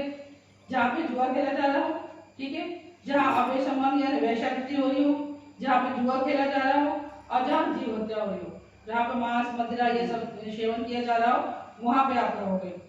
तो कलयुग ने बोला कि ये 4 स्थान तो आपके, एक मेरी भी तो इच्छा पूरी कर दो। तो बोले बताओ। तो जहाँ पे सोना ज्यादा होता है, सोना होता है ना कि जिसमें धन ज्यादा होता है उसका मतलब नशा ही कुछ अलग होता है। तो जिसपे सोना या धन ज्यादा है आप उसमें भी प्रवेश करोगे। तो इसलिए धनवानों की ना मतलब अलग ही लहर होती है उनकी, ठीक है ना। और विनाश भी उन्हीं का ही होता है क्योंकि कलयुग उन पे सवार होता है। तो इसीलिए जब जीव गर्भ में आता है और जब वो बाहर निकलता है उसके बाद ये मोह माया में फंस जाता है और भगवान को भूल जाता है। और फिर कितने गुरु आते हैं, कितने संत आते हैं, उसको याद दिलाते हैं बेटा जाग जाओ, जो तुमने वचन भगवान को दिया है उसको पूर्ण करो। लेकिन हम लोग क्या बोलते हैं अभी नहीं, अरे अभी भी भक्ति कर रहे हो, बच्चे हो के बुढ़ापे में करना, चलो घर जाओ। कितनी माताएं यहाँ पे आगे बच्चों को ऐसा बोलती नहीं है कि अभी तो भक्ति क्यों कर रहे हो, अभी तो बहुत छोटे, खाओ खेलो। लेकिन जो आजकल ये खाएंगे और खेलेंगे, आज जब ये 20 साल के होने के बाद में खाएंगे खेलेंगे जब तुम्हें बर्दाश्त नहीं होता, फिर तुम बोलते घर का कोई काम नहीं कर रहे, पढ़ाई नहीं कर रहे, अपने मन के हो गए, शैतान हो गए। सिखाते तुम्हारे ये कहते हैं ना कि जो बीज जहाँ पे आप लगाओगे, अगर शमशान की भूमि पे बीज लगाओगे तो वहीं पे तो पेड़ बनेगा। मंदिर के अगर स्थान पे लगाओगे तो मंदिर के वहां पे पेड़ बनेगा। तो फर्ज किसका है कि हम वो बीज कहाँ लगाए, ठीक है ना। तो जैसे अगर हम इनके ये बोलते हैं ना कुम्हार की जो मिट्टी घड़ा होता है, तो मिट्टी है वो जो चाहे वो पात्र बना दे, चाहे दिया बना दे, चाहे मदिरा पान का बना दे, चाहे सुराही बना दे, चाहे घड़ा बना दे, वो उसके ऊपर है। ऐसे ये बच्चे मिट्टी है और माँ बाप क्या है, कुम्हार है। उनका फर्ज बनता है कि इस मिट्टी को सही आकार दे, सही रूप दे। अब ये जितने बच्चे आए कम से कम इनके माँ बाप जागृत तो है कि हमें सही जगह पर अपने बच्चे को भेजना है और हमें सही संस्कार देना है ना। बहुत सारे बच्चे तो गली में घूम रहे, साइकिल में मस्ती कर रहे हैं, ऊपर से क्या करते हैं गले में वो स्पीकर टांग लेते हैं बड़े वाले और उसमें तेज सो गाना बजाते हैं। मुझे ये समझ में नहीं आता, अगर गाना सुनना है तो कान में वॉल्यूम वाला लीड लगा लो ना, बहुत तेज वाला। तुम्हें सुनना है तो तुम सुनो, तुम संसार को क्यों सुना रहे हो, संसार को सुना रहे हो, इसका मतलब तुम कहीं ना कहीं तुम्हारे मन में अपराध है, तुम कहीं ना कहीं शैतानी या दुराचार करना चाह रहे हो। अगर इसको अभी नहीं रोका गया तो धीरे धीरे ये बड़े गुंडे को बन जाते, बड़े गुंडे क्या पैदा होते बन जाते हैं। ये ऐसे ही प्रक्रिया करके जब उनको शय मिलता है तो बड़े गुंडे बनते हैं। तो छोटे में ही अगर उनको डांट दिया जाए तो आगे उनको करने की हिम्मत नहीं होती है। तो इसी वजह से अब मनुष्य जो है, मनुष्य के शरीर में 3.5 करोड़ के रोम होते हैं। रोम यानी जो बाल होते हैं ना, ये कितने होते हैं, 3.5 करोड़, ठीक है। और 7 लाख हमारे सर में बाल होते हैं, 7 लाख के करीब होते हैं, ठीक है ना। एक तो कम हो सकते हैं, किसी के झड़ने तो कम हो गए, किसी के घने तो ज्यादा हो गए, लेकिन अप्रोक्स इतना शास्त्रों में लिखा हुआ है, ठीक है। और शरीर में हमारे 6 प्रकार के कफ होते हैं, 6 प्रकार की विष्ठा होती है, आंखों से निकलता है, नाक से निकलता है, मुंह से, कान से, सब विष्ठा तो निकलते हैं गंदगी, ठीक है ना। और 6 प्रकार के मूत्र होते हैं। भाई पसीना भी आ रहा है, कभी कुछ आ रहा है, आंखों से आ रहा है कभी, तो ठीक है ना, ये मुद्र होते हैं। और 360 प्रकार की हड्डियां होती हैं। हमारी जो हड्डियां हैं 360 हैं। बड़ों की नहीं बेटा, किसी के होते ही ज्यादा, ठीक है ना। बच्चों के गिनती कर रखिए, ये शास्त्र में इतना ही लिखा है, वो आपकी साइंस की बुक में लिखा होगा, ठीक है ना। लेकिन जो हमारे शास्त्र है ना, हमारे शास्त्र में 360 हड्डियां लिखी है, ठीक है। ये बच्चों की लिखी है, क्योंकि आपका बच्चा पैदा हो रहा है ना, तो अगर आपके जो साइंस की बुक है ना उसमें भी 360 ही है बच्चे की, ठीक है। जब वो बड़ा हो जाएगा तो धीरे धीरे कम हो जाती है। तो जब बच्चा गर्भ में इतना कष्ट भोगता है, इतना दुख भोगता है, तो उसके लिए हम उपाय क्यों नहीं करते? किस किस ने किया कि गर्भ में बच्चा है तो हम उसके लिए भागवतम पढ़ें, या हम उसको संस्कार दें, या जो हमें शास्त्रों में बताया गया है, किसने किसने किया? किसी ने किया है, ठीक है। अगर हम करते हैं तो कहीं ना कहीं उसका असर बच्चे पर दिखता है, और नहीं करते हैं तो भी असर दिखता है। लेकिन सबसे महत्वपूर्ण ये है कि जो हमारा जो गर्भधारण का जो समय होता है, उस टाइम पे जो पिता का भाव होता है, वही भाव बच्चे के अंदर प्रवेश होता है, और उसी टाइप का ही बच्चा उत्पन्न होता है। तो ये बहुत जरूरी है कि जब पति और पत्नी का जब मिलन हो, तो उस टाइम पे भाव बहुत शुद्ध होना चाहिए, और हमेशा कृष्ण में होना चाहिए। कृष्ण हमारे हृदय में होना चाहिए। कोई भी आप काम कर रहे हो, चाहे आप पढ़ाई कर रहे हो, जैसे अभी कई बच्चे यहाँ पे उसमें आ रहे, सेंटर में आ रहे हैं, कृष्ण को अपना रहे हैं, कृष्ण की भक्ति कर रहे हैं, और भक्ति करने के साथ साथ में उनके नंबर कितने अच्छे आए? किन किन बच्चों का नंबर अच्छा है? हाथ खड़ा करो, ठीक है ना। तो ये बच्चे फर्स्ट सेकंड थर्ड आए, तो भक्ति भी तो कर रहे हैं।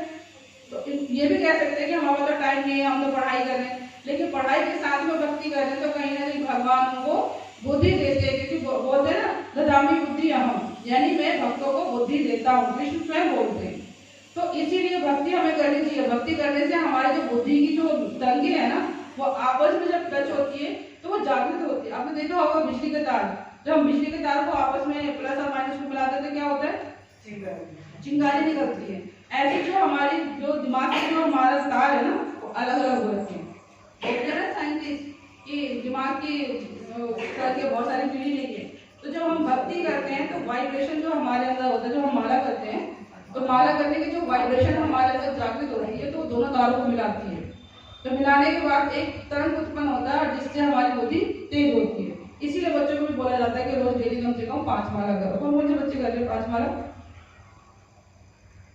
कितने कर रहे हैं 5 माला? ठीक है। तो सुबह के लिए हम लास्ट में हरे कृष्ण महामंत्र बोलेंगे, ठीक है। ये और कोशिश करेंगे कि और बच्चे भी शुरुआत करें। 1 माला शुरुआत करो, ठीक है ना। 1 माला करो, फिर 2 माला करो, ऐसे करो। तो कहीं ना कहीं से आप शुरुआत करो। भाई पढ़ने के लिए तो शुरुआत करते हो ना, ABCD तो लिखते हो, या पहले ही आप बुक चार्ट जाते हो हैं? ऐसा तो नहीं होता ना। तो ABCD सीखते हो तो 1 माला शुरू करो। आप जिसके भी संपर्क में हो उससे सीखो माला कैसे की जाती है, ठीक है ना। तो आप जैसे ही माला शुरू करोगे आपको खुद लगेगा कि मेरी बुद्धि बढ़ने लगी है। जो बात पहले समझ ही नहीं आती थी, अब वो समझ में आने लगेगी। जैसे टीचर को समझाती है तो नींद आती है, आती है ना क्लास में नींद, टीचर वहां समझा रही है और हम अपनी नींद पूरी कर रहे हैं। तो जब बुद्धि हमारी जागृत होती है तो नींद नहीं आती। नींद उसको आती है जिसमें बुद्धि कम होता है। कथाओं में भी जिनका रस नहीं है ना कथा पे, उन्हीं को नींद आएगी। जिसको कथा का भूख है ना, अब घर में जो खाना बन रहा होता है, जिसको भूख लगती है तो किचन में कितने कितने बजाते हैं जोर लगा के, कब बनेगा कब बनेगा, कितना टाइम लगेगा, क्यों? आपको भूख लगी है, ठीक है ना। जब पेट भरा हो तो मम्मी बना के रख देती है, बोलती है खा ले, तो बोलते हो अभी भूख नहीं है। तो ऐसे जिसको कथा की भूख है ना, वो हमेशा तड़पता रहेगा, कब बनेगा, कब शुरू होगा, और आगे तक बनता रहे, ठीक है। और जिसकी भूख नहीं है वो बोलेगा टाइम हो गया, माता जी लगी हुई, बंद ही नहीं हो रही है ना, टेबल बोर्ड के चालू हो गई है, ये बंद ही नहीं हो रही। ये क्या है? ये कथा की भूख नहीं है। और जो कथा की जो भूख है ना, यही हमें परम गति दिलाएगा, यही भगवान तक लेके जाएगा। अलग से भगवान हमारे लिए कोई सीढ़ी नहीं लगा रखा है कि सीढ़ी से सुराकार जाना। रावण ने भी कोशिश करी थी, लेकिन आलस में वो बना नहीं पाया।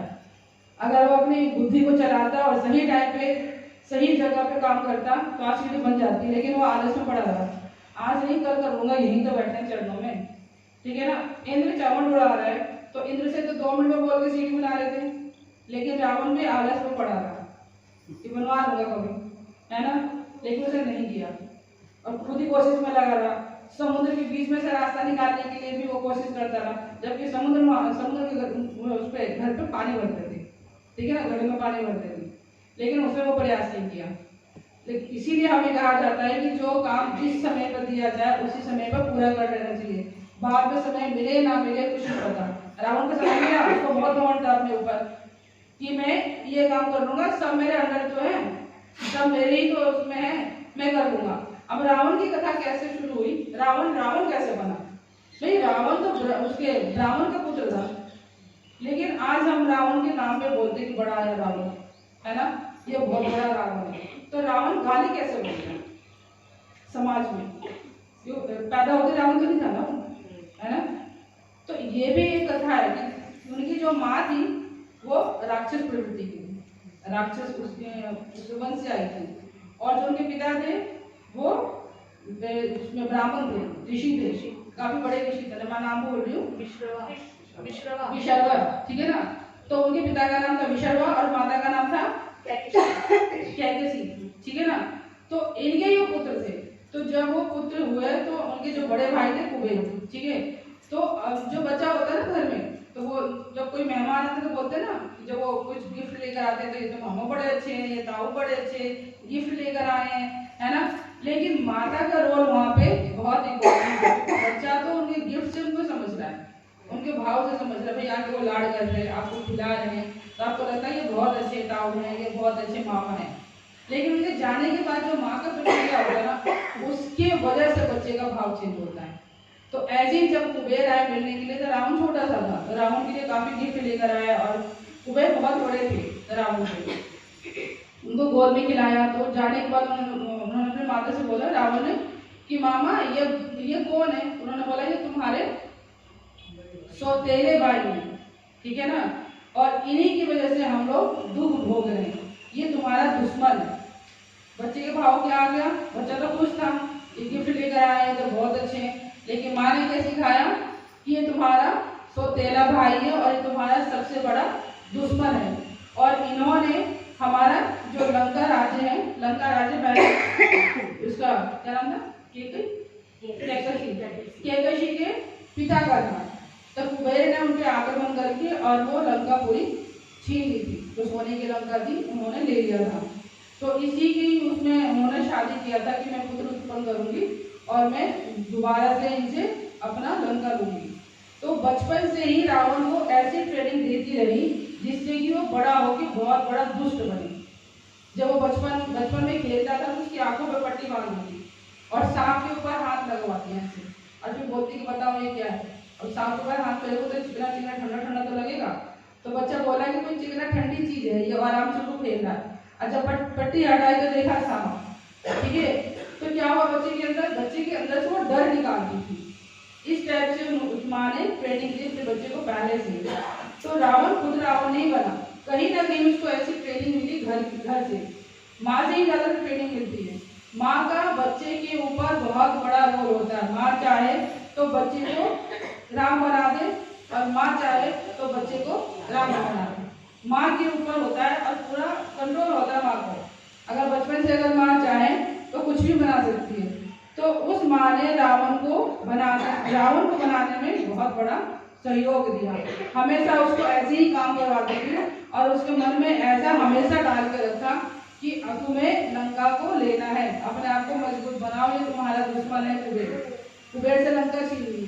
तो सबसे पहले रावण जब अपने शक्ति अर्जित किया उसने, तब करके सबसे पहले उसने लंका छीनी, ठीक है, और कुबेर को सबसे बड़ा दुश्मन बनाया।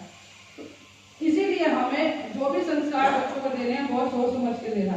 अगर वहीं पर दूसरी माँ होती तो क्या बोलती कि तुम्हारा बड़ा भाई है, तुमसे बहुत बड़ा है, इसका सम्मान करना चाहिए, इसका बहुत धन है, इसके धन में तुम्हें आसक्ति नहीं करनी है, इसे मिल के रहना है, तुम्हें बहुत सहयोग करेगा। लेकिन उसने वो चीजें नहीं बताई, रिश्तेदारी नहीं बताई, उसने दुश्मनी बताई। तो ये सब चीजें भी बहुत जरूरी होती है हम लोगों को अपने बच्चों को क्या हम शिक्षा देंगे, ठीक है ना।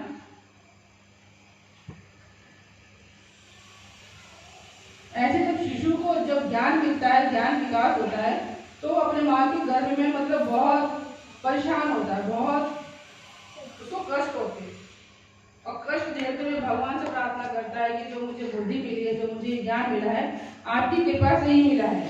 तो जब आपकी कृपा से बुद्धि और ज्ञान मिला है तो मैं भी संसार में क्यों जाऊँ, मुझे फिर दोबारा से आना पड़ेगा। तो मुझे इस संसार में भगवान जाना ही नहीं है, मुझे संसार में नहीं जाना, मुझे तो यहाँ से या तो पड़े रहने दो या फिर अपने धाम बुला लो। तो वो ऐसी बहुत सारी प्रार्थनाएं भगवान से करता है ताकि उसको भगवान का धाम मिले।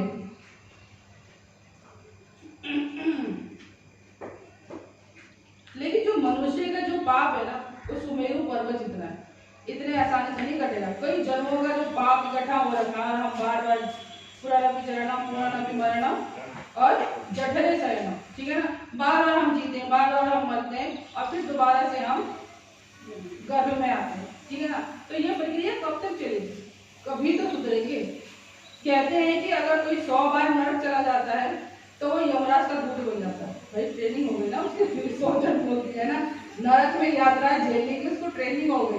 होता है ना कोई कि पुलिस में भी अगर जाना है तो उसको ट्रेनिंग पक्की हो जाती है और 3 साल में उसको अच्छे से ट्रेन बनाते हैं और जो फेल हो गया तो उसको बाहर निकाल देते हैं। तो 100 साल तक जो नरक में गया हो तो अच्छे से ट्रेन हो गया है।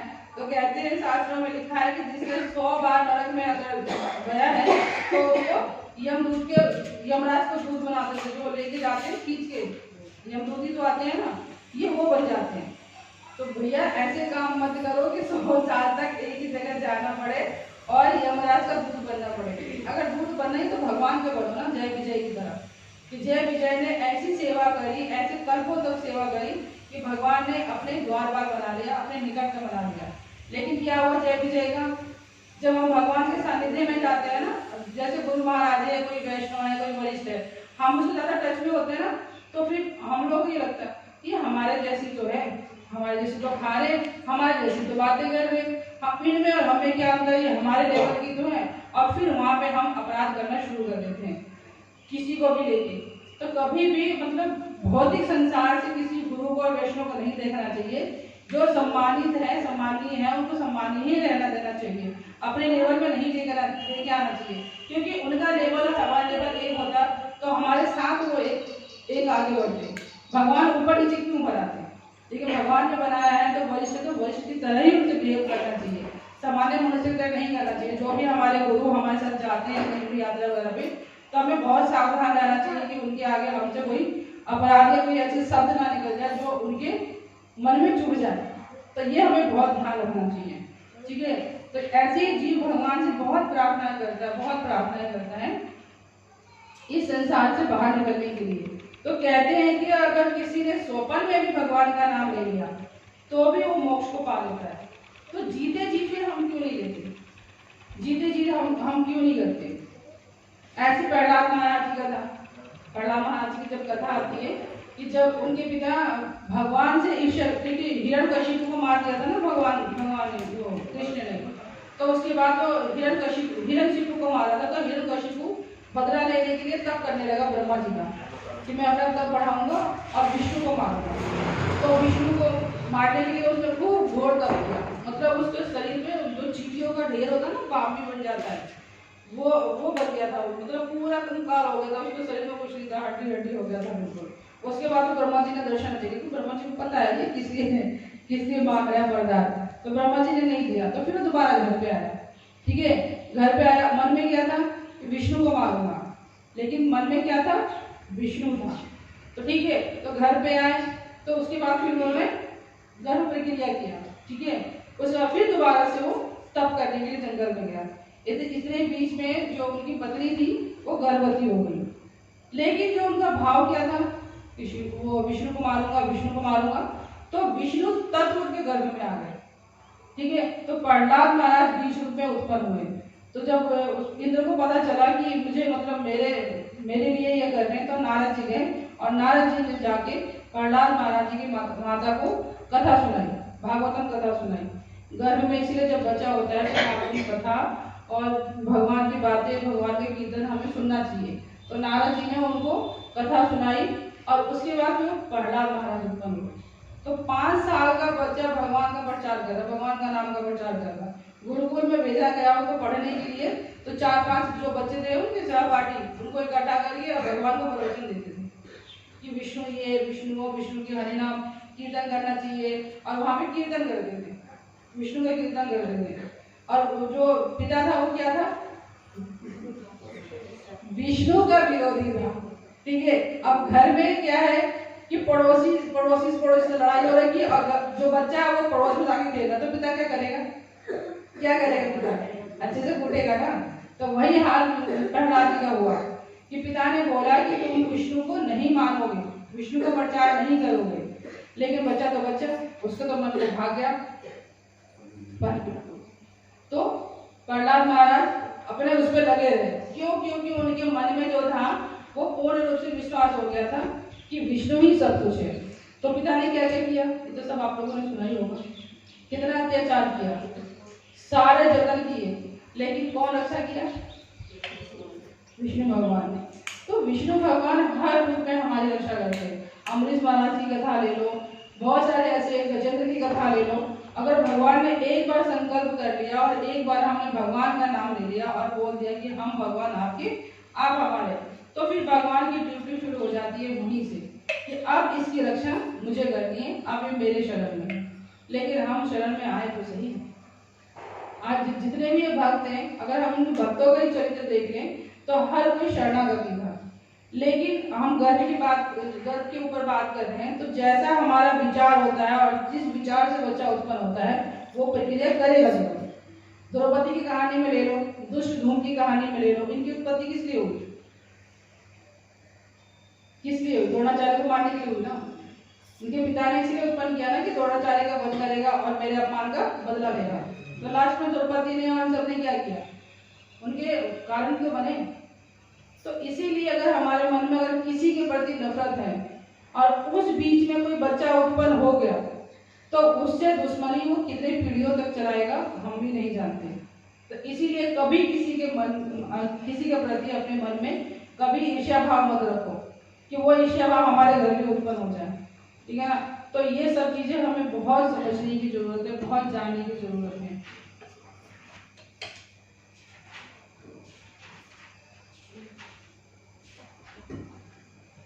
ऐसे कृष्ण और राम की भी जन्म कथा थी। कृष्ण राम का जो उद्देश्य था वो क्या था, धर्म की स्थापना करना। तो उन्होंने किया धर्म की स्थापना। ठीक है। तो जिसके जीवन का जैसे, बच्चे कहाँ गए सारे, बाहर गए, घर गए। तो आप लोग जानने की कोशिश कर रहे थे ना कि हम लोग क्यों पैदा हुए और हमारे जीवन के क्या उद्देश्य है। तो हम पैदा इसीलिए हुए कि हमारे जीवन का कोई ना कोई उद्देश्य होता है जो भगवान नियमित बना के भेजते हैं कि तुम्हें काम करना है, और वो हमें रास्ता मिलता है, माध्यम मिलता है। लेकिन अगर हम उस चीज को नहीं समझ पाते और हम उल्टे सीधे काम करना शुरू कर देते हैं तो उसका क्या परिणाम होता है, सारा उल्टा परिणाम होता है। तो हमारे जीवन का उद्देश्य है, हमें क्या मिला है, भगवान ने जीवन में उद्देश्य क्या दिया है कि हमें प्रचार करना है, कृष्ण की भक्ति का प्रचार करना है। वरना ना हम यहाँ आते और ना आप लोग यहाँ इकट्ठा होते।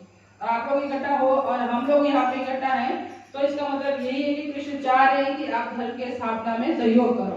तो धर्म के स्थापना में सहयोग कितना बड़ा सहयोग है, आपको भी नहीं पता कि आपकी कितनी पीढ़ियां आपकी कर जाएंगी इस कार्य से।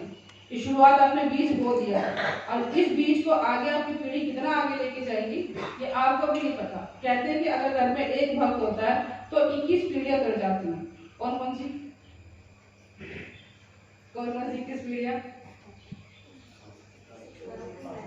7 अपनी, ठीक है, 7 पिता की, ठीक है, 7 माता की और 7 पिता की, और 7 पीढ़ी जो आप पिछले जन्म में जो आप करके आए, जो आप पिछले जन्म में थे वो वाली 7 पीढ़ी, तो कितनी हो गई, 21 पीढ़ियां कर जाती है। कि जो आप जहाँ से आए हो, आपने जो कर्म किए हैं वो भी आपका वंश आगे बढ़ता है और ये वंश भी आगे बढ़ रहा है और आपकी माता का वंश भी आगे बढ़ रहा है। ठीक है, ये पुत्र के लिए बोला गया। तो अगर एक भक्त बनने से 21 पीढ़ियां करती है तो आप अपने जितनी पीढ़ी है उसको आगे बनाओगे तो कितने सारे कर जाएंगे। और हम कहते फिरते कि हमारा पितृ दोष चल रहा है, हमारा ये ग्रह दोष है, ये वो दोष है। पंडित लंबी लिस्ट बनाता रहा, हम भाग कर लेकर आते हैं और स्वाहा स्वाहा वो क्या बोल रहा है कुछ नहीं पता। ठीक है ना।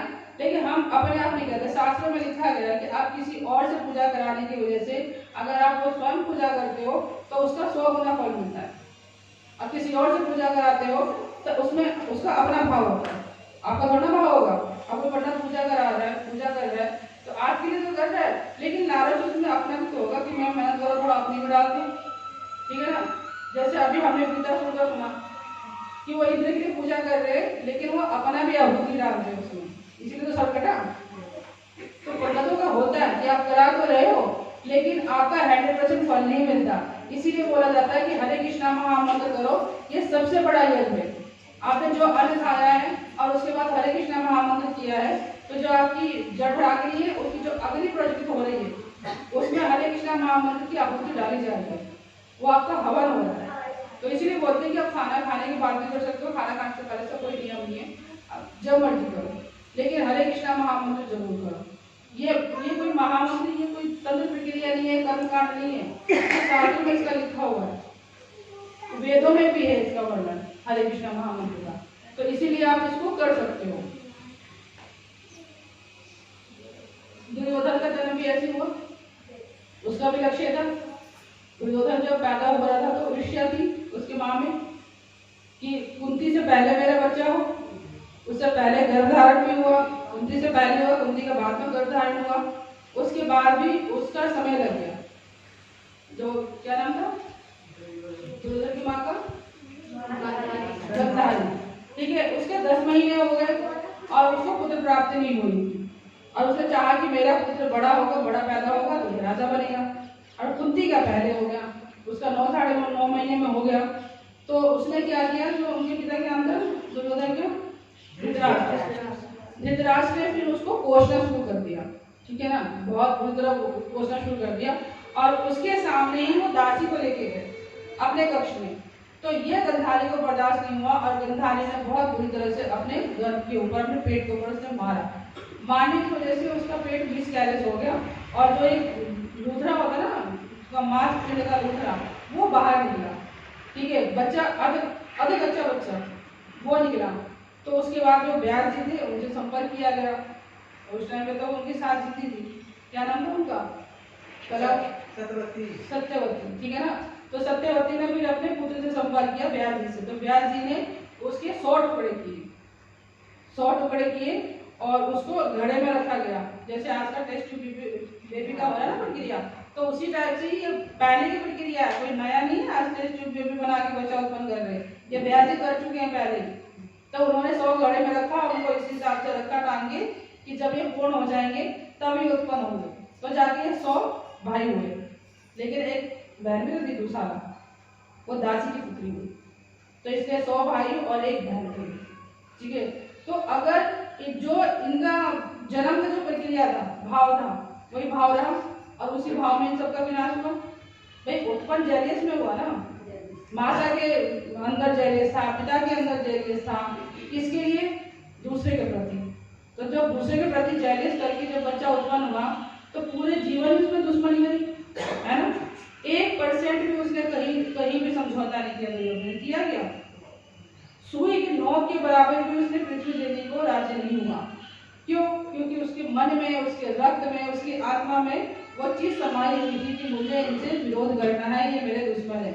किसी परसेंट उसने कभी भी सेटिस्फाई नहीं किया।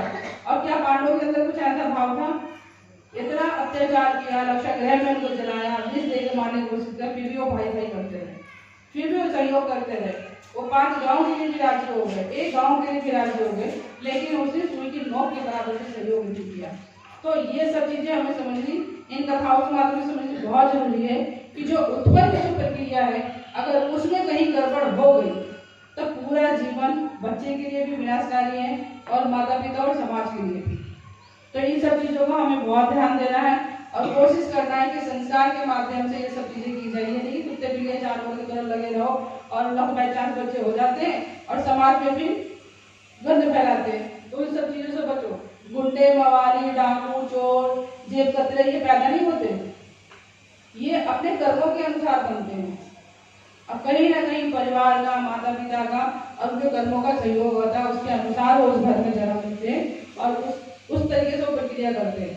लेकिन अगर मान लो कहीं कोई सद्गुरु की कृपा हो गई, कोई वैष्णव मिल गया, तो समझो कि उसका भाग्य बदल गया। अदरवाइज जो उसके कर्म थे, इससे पहले आज तक हमने कोई ऐसा कर्म किया था? ऐसा कुछ हमें पता था कि धर्म का कार्य करना होता है, अरे मंदिर में जाना है, जल चढ़ाना है, बस उतना ही तो पता था। अब उस जल से हमें कोई बेनिफिट मिल भी रहा है या नहीं भी मिल रहा है, हमें कोई लाभ नहीं, कोई मतलब नहीं।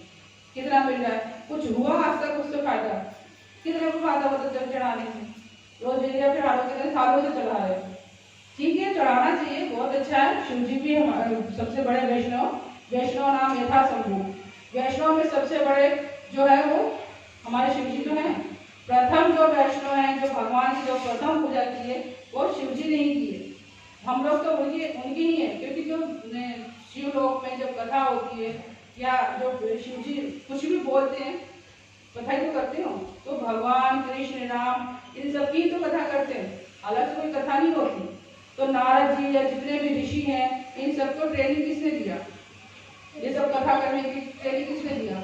शिव जी ने दिया, ठीक है ना। तो वो आदि वैष्णव है। तो हमें कभी भी किसी भी भगवान का अनादर नहीं करना चाहिए, क्योंकि जो घर है ना, घर सबके परिवार से, सबके सहयोग से चलता है, एक आदमी से घर नहीं चलता। ऐसी ये पूरी सृष्टि है, ये भगवान की जो सत्ता है, ये सभी का सहयोग से चलता है। तो हमें किसी का कभी अनादर नहीं करना, ठीक है। लेकिन जो एक है, जो प्रथम है, हमें उसको पकड़ के रखना है, उसको नहीं छोड़ना। कृष्ण ही आदि है, कृष्ण ही आदि पुरुष है। ब्रह्मा जी खुद बोल रहे हैं ना कि आदि पुरुष गौ, आदि पुरुषम तम अहम भजामि, कि तुम आदि पुरुष हो और मैं तुमको भजता हूँ, ठीक है ना। तो इसीलिए हमें भगवान का बहुत ही बड़ा धन्यवाद करना चाहिए कि मनुष्य जन्म मिल तो गया, लेकिन दोबारा हम इस जठराग्नि में ना आए, हम इस गर्भ में ना आए। तो हम कुछ ऐसा उपाय करें कि ये दोबारा से हमें ना झेलना पड़े। तो भक्ति को पकड़ के रखो और इसको आगे बढ़ाओ। जितना हम भगवान के नाम का प्रचार करते हैं, जितना हम धर्म की स्थापना करते हैं, उतने हमारे पाप करते हैं। तो कुछ नहीं कर सकते, कम से कम ये तो कर सकते हैं। तो जो बोलते हैं हमारे हाथ में तो कुछ नहीं है, धन नहीं है, हमारे शरीर में जान नहीं है, तो मुंह तो है, रोज तो बैठ के पड़ोस में बोलते हो, ठीक है ना। उस मुंह से अगर किसी को गाली दे रहे हो या किसी को अपशब्द बोल रहे हो, भगवान का नाम लो, भगवान की चर्चा करो, ठीक है ना। कथा कहीं भी हो सकती है, भागवतम कहीं भी हो सकता है, दो लोग के बीच में हो सकता है। क्या शिव पार्वती ने कथा नहीं करी? वहां कौन सा पूरा पंडाल बैठा हुआ था? ये पंडाल लगा हुआ था। तो दो के बीच में भी कथा हो सकती है। आप जो सुन रहे हो वही आप सुनाओ, जिसको भी आप सुना सकते हो उसको सुनाओ। इससे क्या होता है, भगवान प्रसन्न होते हैं। और कहते हैं कि जहाँ कथा होती है वहाँ उस क्षेत्र की रक्षा स्वयं हनुमान जी करते हैं, हनुमान जी पहरेदारी करते हैं। तो कौन कौन चाहता है हनुमान जी हमारी रक्षा करे? कथा तो कोई नहीं कर रहा, ठीक है ना। कथा करोगे जब तो हनुमान जी आएंगे, या घर को हनुमान जी के जाके सिंदूर लगाने से या हनुमान जी का लड्डू खिलाने में बहुत परेशान नहीं होता हनुमान जी। हनुमान जी को उससे दुख होता है, पीड़ा होती है, ठीक है। अगर कोई मालिक है, ठीक है, उसके सामने जाके उसके नौकर की चापलूसी करो, उसको दान दक्षिणा दो, ठीक है ना, उसको कुछ दो, और मालिक सामने बैठा, क्या वो लेगा? लेगा वो कहेगा मेरा मालिक नाराज हो जाएगा, ये मुझे क्यों लाके दे रहा, मालिक को दे देना, मालिक को मुझे दे ही देगा। लेकिन हम जाके हनुमान जी को देते हैं और राम जी को हम मान ही नहीं रहे, कृष्ण को हम मान ही रहे, तो हनुमान जी का आपसे प्रसन्न होंगे? बोलेगा मुझे क्यों दे रहे हो? क्योंकि कोई भी जो भक्त है वो कभी नहीं चाहता कि उसको सम्मान मिले या उसको वाहवाही हो। क्यों? क्योंकि भगवान का है, भगवान को सम्मान करो, भगवान को आप दो, दान भगवान को दो, भक्त को अपने आप मिल जाता है। क्योंकि भगवान को जो देते हैं वो भगवान अपने पास सोने रखते हैं। अब जैसे मोदी है, मोदी कहीं जा रहा है, आपने देखा होगा ना, उसमें न्यूज में देखा होगा कि लोग मोदी को फूल दे रहे हैं, चद्दर दे रहे, तो अपने हाथ में के बगल में दबा के घूमता है कि मेरे को मिला, मैं इसको यूज करूंगा, है घूमता है कि बगल में ले, हमें मिला तो हमने यहाँ दबा के घूमते कि कहीं नीचे ना गिर जाए या कोई छीन ना ले। मोदी क्या करता है, अपने जो उनके असिस्टेंट होते हैं उनको दे देता है ना, अपने हाथ में ले ले झोली बांध के घूमता है। तो जो भी हम भगवान को देते हैं और भगवान के जो भक्त है उनको अपने आप मिल जाता है।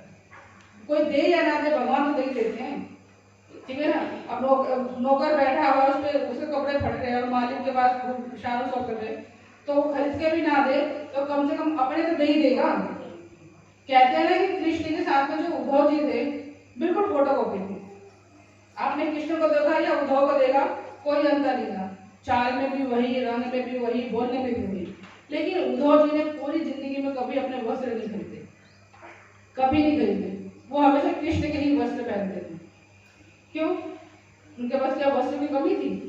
सलाहकार थे कृष्ण के दरबार में थे, और कृष्ण का दरबार भी ऐसा था कि जितने भी दरबारी होते थे अपने हिसाब से बढ़ जाता था, कम हो जाता था, और वहाँ दरबार में बैठे हो कभी भूख प्यास नहीं लगती, ना भूख प्यास, ना गर्मी, ना ही कोई परेशानी। ऐसा दरबार था कृष्ण का। नाम में भूगोल भी उसमें लिखा हुआ है, और वो भी इंद्र से मिला हुआ था। तो उसके बाद भी मतलब ठीक है आप भक्त हो, लेकिन कभी अपने आप को ये मत सोचो कि मैं भक्त हूँ तो इसका मतलब कि चिथड़े फटे हुए पहन ले। कई माताएं हमारे भी हुआ इसको में बोलते हैं हम भक्त हैं, साड़ी कहाँ जा रही है, ये कहाँ जा रही है।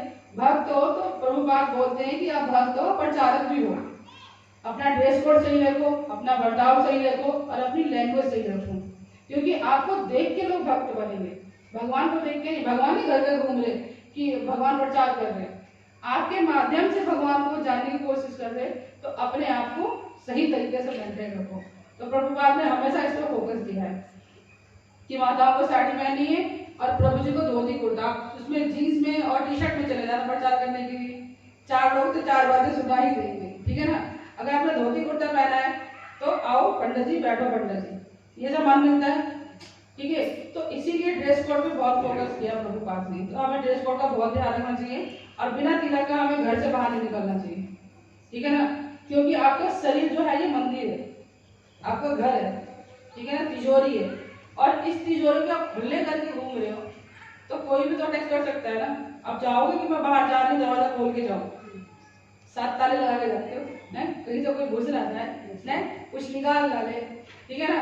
तो ऐसे ही आपका शरीर है, इस शरीर के अंदर कोई नेगेटिव चीज ना घुस जाए, कोई दुष्ट आत्मा ना घुस जाए, या कोई आपको परेशान ना करे, इसीलिए आपने ताला लगा के रखा करो भगवान के चरण। अगर ये भगवान के चरण है तो कोई भी प्रक्रिया, किसी भी टाइप की प्रक्रिया, कोई भी तंत्र मंत्र, जादू टोना भूत प्रेत आपको परेशान नहीं कर सकता, जब तक आपके माथे पे तिलक है और गले में कंठी है, तब तक भगवान आपकी रक्षा करते हैं। यमदूत आपको हाथ नहीं लगा सकता, आएगा तो मुझे भाग जाएगा, क्योंकि यमराज ने उसको वार्निंग दे रखा है। अपने जितने भी सेवादार है ना उनके यमदूत, उनको वार्निंग दे रखा है कि जो भी वैष्णव है, उन्होंने कोई भी चिन्ह धारण कर रखा है, वैष्णव का जो कृष्ण के भक्त है, उन्होंने कृष्ण से रिलेटेड कोई भी अगर चिन्ह धारण कर रखा है, उनको हाथ मत लगाना, 1 किलोमीटर के दायरे में उनका पास मत जाना। तो इसलिए यमराज की तो पूरी गारंटी है कि यमराज अपने दूतों को हमारे घर को भेजेगा, एकदम हो जाए। और जब दूत नहीं आएंगे तो हम नरक नहीं जाएंगे। भाई दूत तो लेके जाएंगे ना, यमदूत तो लेके जाते ना नरक, अब वो आएंगे नहीं तो हम नरक जाएंगे नहीं। तो नरक एक तो हमारी ये श्योर होगी कि नरक में जाना, ठीक है ना। अब स्वर्ग में जाना है तो कितने दिन के लिए जाना है और कितने दिन में वापस आना है, आप लोगों के ऊपर है। जितना आपके जेब में नोट है उतने देर आप होटल में रुकोगे, उसके बाद फिर अपने घर आ जाओगे, बिता दोगे, ठीक है ना। तो इसीलिए अगर आपको स्वर्ग में ज्यादा दिन सुख करना है तब दान पुण्य करो, सेवा करो, वैष्णव की सेवा करो और भगवान का प्रचार करो। यही एक माध्यम है, इसके अलावा और कोई उपाय नहीं है, कोई उपाय नहीं, कोई उपाय नहीं, ठीक है ना, जीव की मुक्ति के लिए। तो आप सबका बहुत बहुत धन्यवाद, ठीक है। कोई अगर क्वेश्चन है तो पूछ सकते हो, इससे रिलेटेड कहीं कुछ छूट गया हो या नहीं समझ आया हो, जीव की उत्पत्ति से लेके या फिर कोई और चीज तो हो सकता है। क्लियर है? हमारा डाउट क्लियर होता है, हम दोबारा पूछना शुरू करूंगी मैं। एक क्लास ऐसी होगी, जितने भी मैंने क्लास लिया ना उसमें तो क्वेश्चन बना के पूछूंगी, फिर देखती हूँ आप लोगों की कितना क्लियर हो जाता है। लगता है कि सुन के इधर से सुन के उधर से सीधा निकलता है। नहीं, इतना तो समझ आता है कि भक्त बनना चाहिए, ये जरूरी है। एक डेढ़ घंटे की क्लास में सिर्फ इधर से बन पाया है, बस करना है। हाँ, मतलब गलत काम नहीं करना है, ये तो है। भगवान के अलावा हमारे पास कोई रास्ता नहीं है। अगर ये ज्ञान आपको समझ में आ गया तो फिर हमें भक्ति में आगे बढ़ने से कोई नहीं रोक सकता। चाहे बारिश आए, चाहे तूफान आए, चाहे बिजली गिर जाए, लेकिन हम लोग नहीं रुकते। इस मामले में स्मिता माता जी का हरे कृष्णा करके बहुत धन्यवाद करेंगे, क्योंकि ये किसी भी परिस्थिति में कभी नहीं रुकती। चाहे आंधी आए, बारिश आए, तूफान आए, ये अपनी टीम को लेके यहाँ उपस्थित रहती है भगवान के दरबार में। तो भगवान में देखते एक कथा थी ना कि एक शैतान था और एक पंडित था। तो शैतान वो भगवान से बहुत नफरत करता था और पंडित ना रोज जल चढ़ाने शिव जी के उसमें जाता था। और दोनों में कंपटीशन हो गई। वो शैतान ने बोला कि तुम भगवान नहीं होते, तो पंडित भाई नहीं होते, मैं तो पूजा करूंगा। तो शैतान ने बोला ठीक है तू पूजा कर, मैं तेरा काम बिगाड़ूंगा। ठीक है, वो रोज जल चढ़ाने जाए और ये शैतान जो था ये रोज डंडा और गोबर लेके जाए, रोज उस पे शिवलिंग पर डंडा मारे और गोबर डाल दे, गंदा कर दे। ठीक है ना। तो ऐसे एक दिन खूब आंधी तूफान बारिश आ रही, लेकिन पंडित जी को लगा कि भैया इतने बारिश में कहाँ जाऊंगा, भीग जाऊंगा, कहीं नौकरी ना जाए, मैं ज्योति ना हो जाए, तो उन्होंने वो मंदिर में गए नहीं। लेकिन शैतान था उसको पूरी मतलब श्योर था वो कि पंडित चाहे कुछ भी हो जाए वो मंदिर में जाना नहीं छोड़ेगा। तो उसने क्या किया, इतनी आंधी तूफान में भी हो गया और उसने सोचा कि उसने तो जल चढ़ाया होगा, उसने एक डंडा मारा तेज की और उसमें गोबर डाला, भगवान प्रकट हो गए। ठीक है ना, शिव जी प्रकट हो गए, आशीर्वाद मांगो बच्चा, क्या तुम्हारी इच्छा है। तो उसने बोला कि इतने दिन से पंडित आ रहा तो प्रकट नहीं हुए और मैं आपको गोबर डाला तो प्रकट हो गए। भगवान ने बोला कि तुम्हारी निष्ठा से मैं प्रसन्न हुआ। ठीक है, तो हमारे अंदर जो निष्ठा है ना वो भगवान देखते हैं, ये नहीं देखते कि चलो रहने दो, बूंद हमें गल ना जाओ, कागज है क्या हम लोग तो गल जाएंगे। नहीं, जो आपने नियम बनाया ना अपने नियम के पक्के रहो। तो भगवान इसी से प्रसन्न होते हैं कि आपने जो नियम बनाया है वो पक्के है कि नहीं है। ऐसे एक हाथी और एक चीज वो क्या बोलते हैं उसको, मकड़ी थी। ठीक है, तो शिवलिंग था नीचे, उसने मकड़ी ने देखा कि रोज पत्ते गिर जाते हैं तो शिवलिंग गंदा हो जाता है, तो उसने क्या किया, जाला बना दिया ताकि पत्ते गिरे तो उस पर जाले पे गिरे। तो हाथी वहीं पे था, हाथी को बड़ा गुस्सा है, कह रहा है कि रोज मैं देखता हूँ कि इसमें ना मकड़ी जाला बना देता, हम लोग तो ही करते घर में हो तो फटाफट फटाफट हम लोग साफ करते हैं। तो वो पानी लाए अपने सूंड में और शिवलिंग पर डाल दे। ठीक है, हाथी अलग परेशान और मकड़ी अलग परेशान, वो रोज डेली जाला बनाए वो पानी डाल दे।